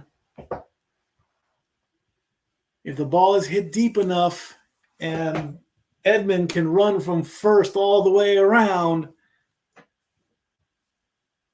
which you need to go for in this case.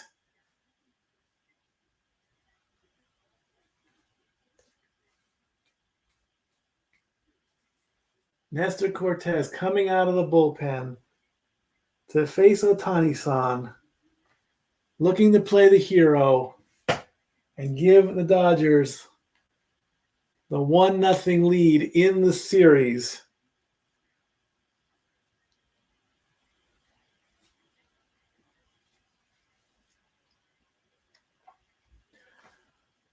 Yankees have left 11 on base. Dodgers have only left 4. Yankees have had 10 hits.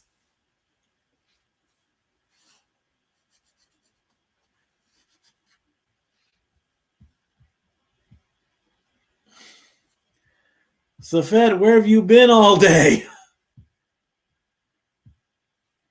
Win or lose, Jazz Chisholm has to be player of the game. Possibly. We'll see what happens with Ohtani-san at bat. Taylor has pinch running on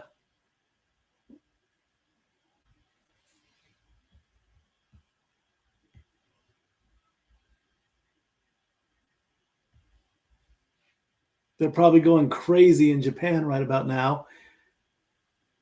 Against Nestor Cortez, Ohtani is 2 for 12 with an RBI.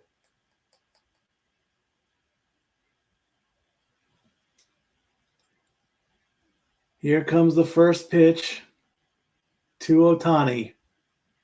Nestor waits. Cortez pitches. He swings. It's going left. Can the left fielder make the catch? Yes! He makes the catch and dumps into the crowd.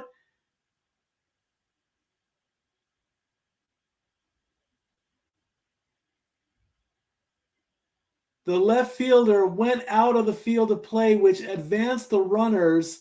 He did make the catch and then jumped over, and then he got carried over into the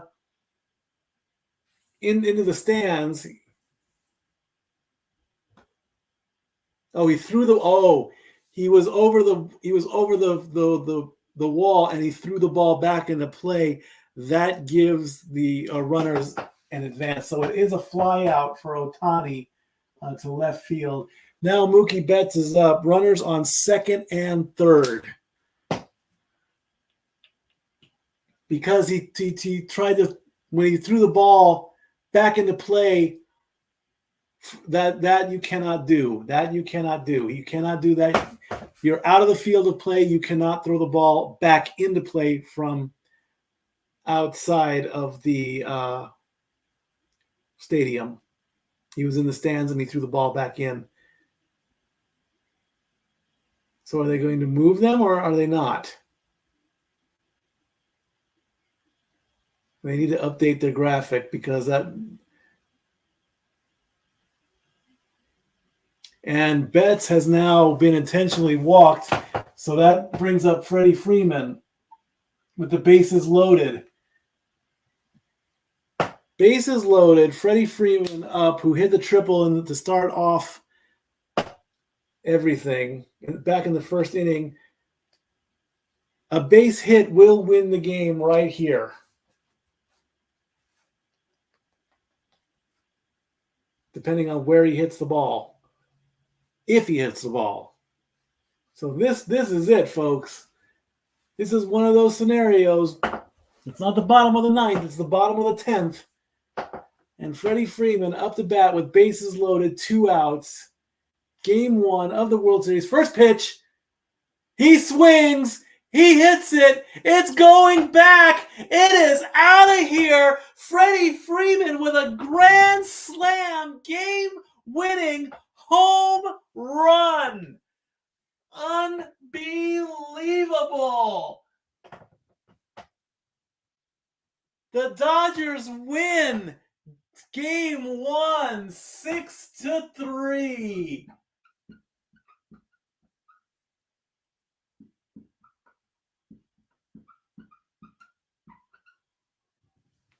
Freddie Freeman with a grand slam. There it is, giving the Dodgers a 1-0 lead. Unbelievable. What an end to what a game. Unbelievable. Well done, Freddie Freeman. Wow, wow, wow. They should start playing I Love LA right about now. And from the heavens, Vin Scully and Fernando Valenzuela are smiling. And they are celebrating in the City of Angels as the Dodgers win game 1 with a grand slam. Unbelievable. As soon as he swung, he puts his bat up in salute to the crowd. We'll make that official right there.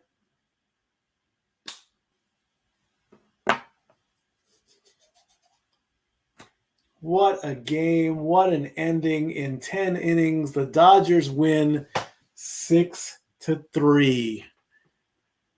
Nestor Cortez walking off the field in shock. Ohtani-san is happy as he celebrates with his team. Freddie Freeman touches home plate.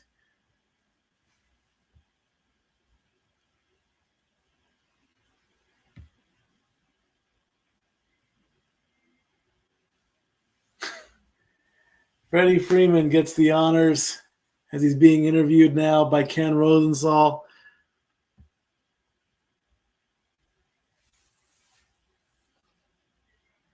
first walk-off grand slam in World Series history.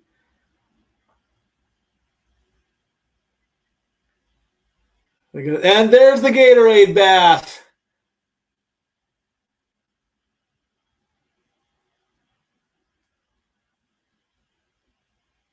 Whew, that's cold just looking at that.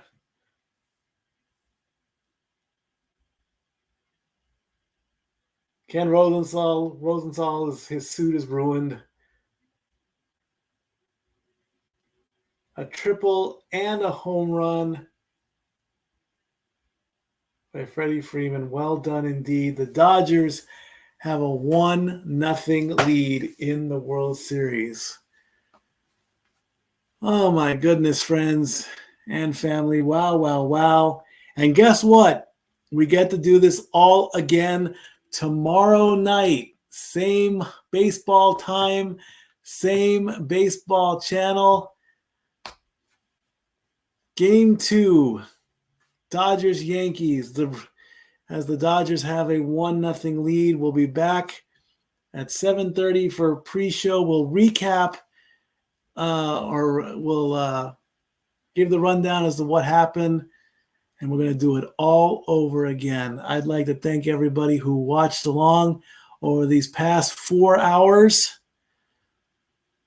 And 1 game down, 3 games to go. As LA wins game 1 on a Freddie Freeman, almost said Freddie Fillmore from Kyle Lucy. 6 runs, 7 hits, 1 error for the Dodgers, 3 runs, 10 hits, 1 error for the Yankees.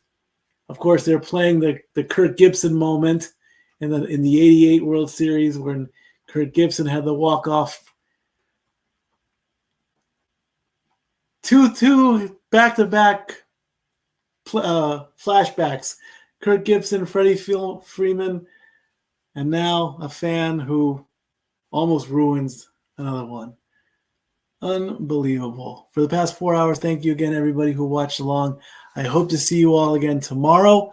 I'll be in this chair with the same clothes. I will wash them thoroughly. I promise you that. If I have a good day ride sharing, maybe I'll go out and get a Dodger blue hat and a Yankee shirt. I don't know. I love you all, friends and family. Thank you so much. I will see you tomorrow. Dodgers win 6-3 and have a 1-0 lead in the World Series. Game 2 is tomorrow. I'll see you all at 7:30. I love you all. Stat Boy out.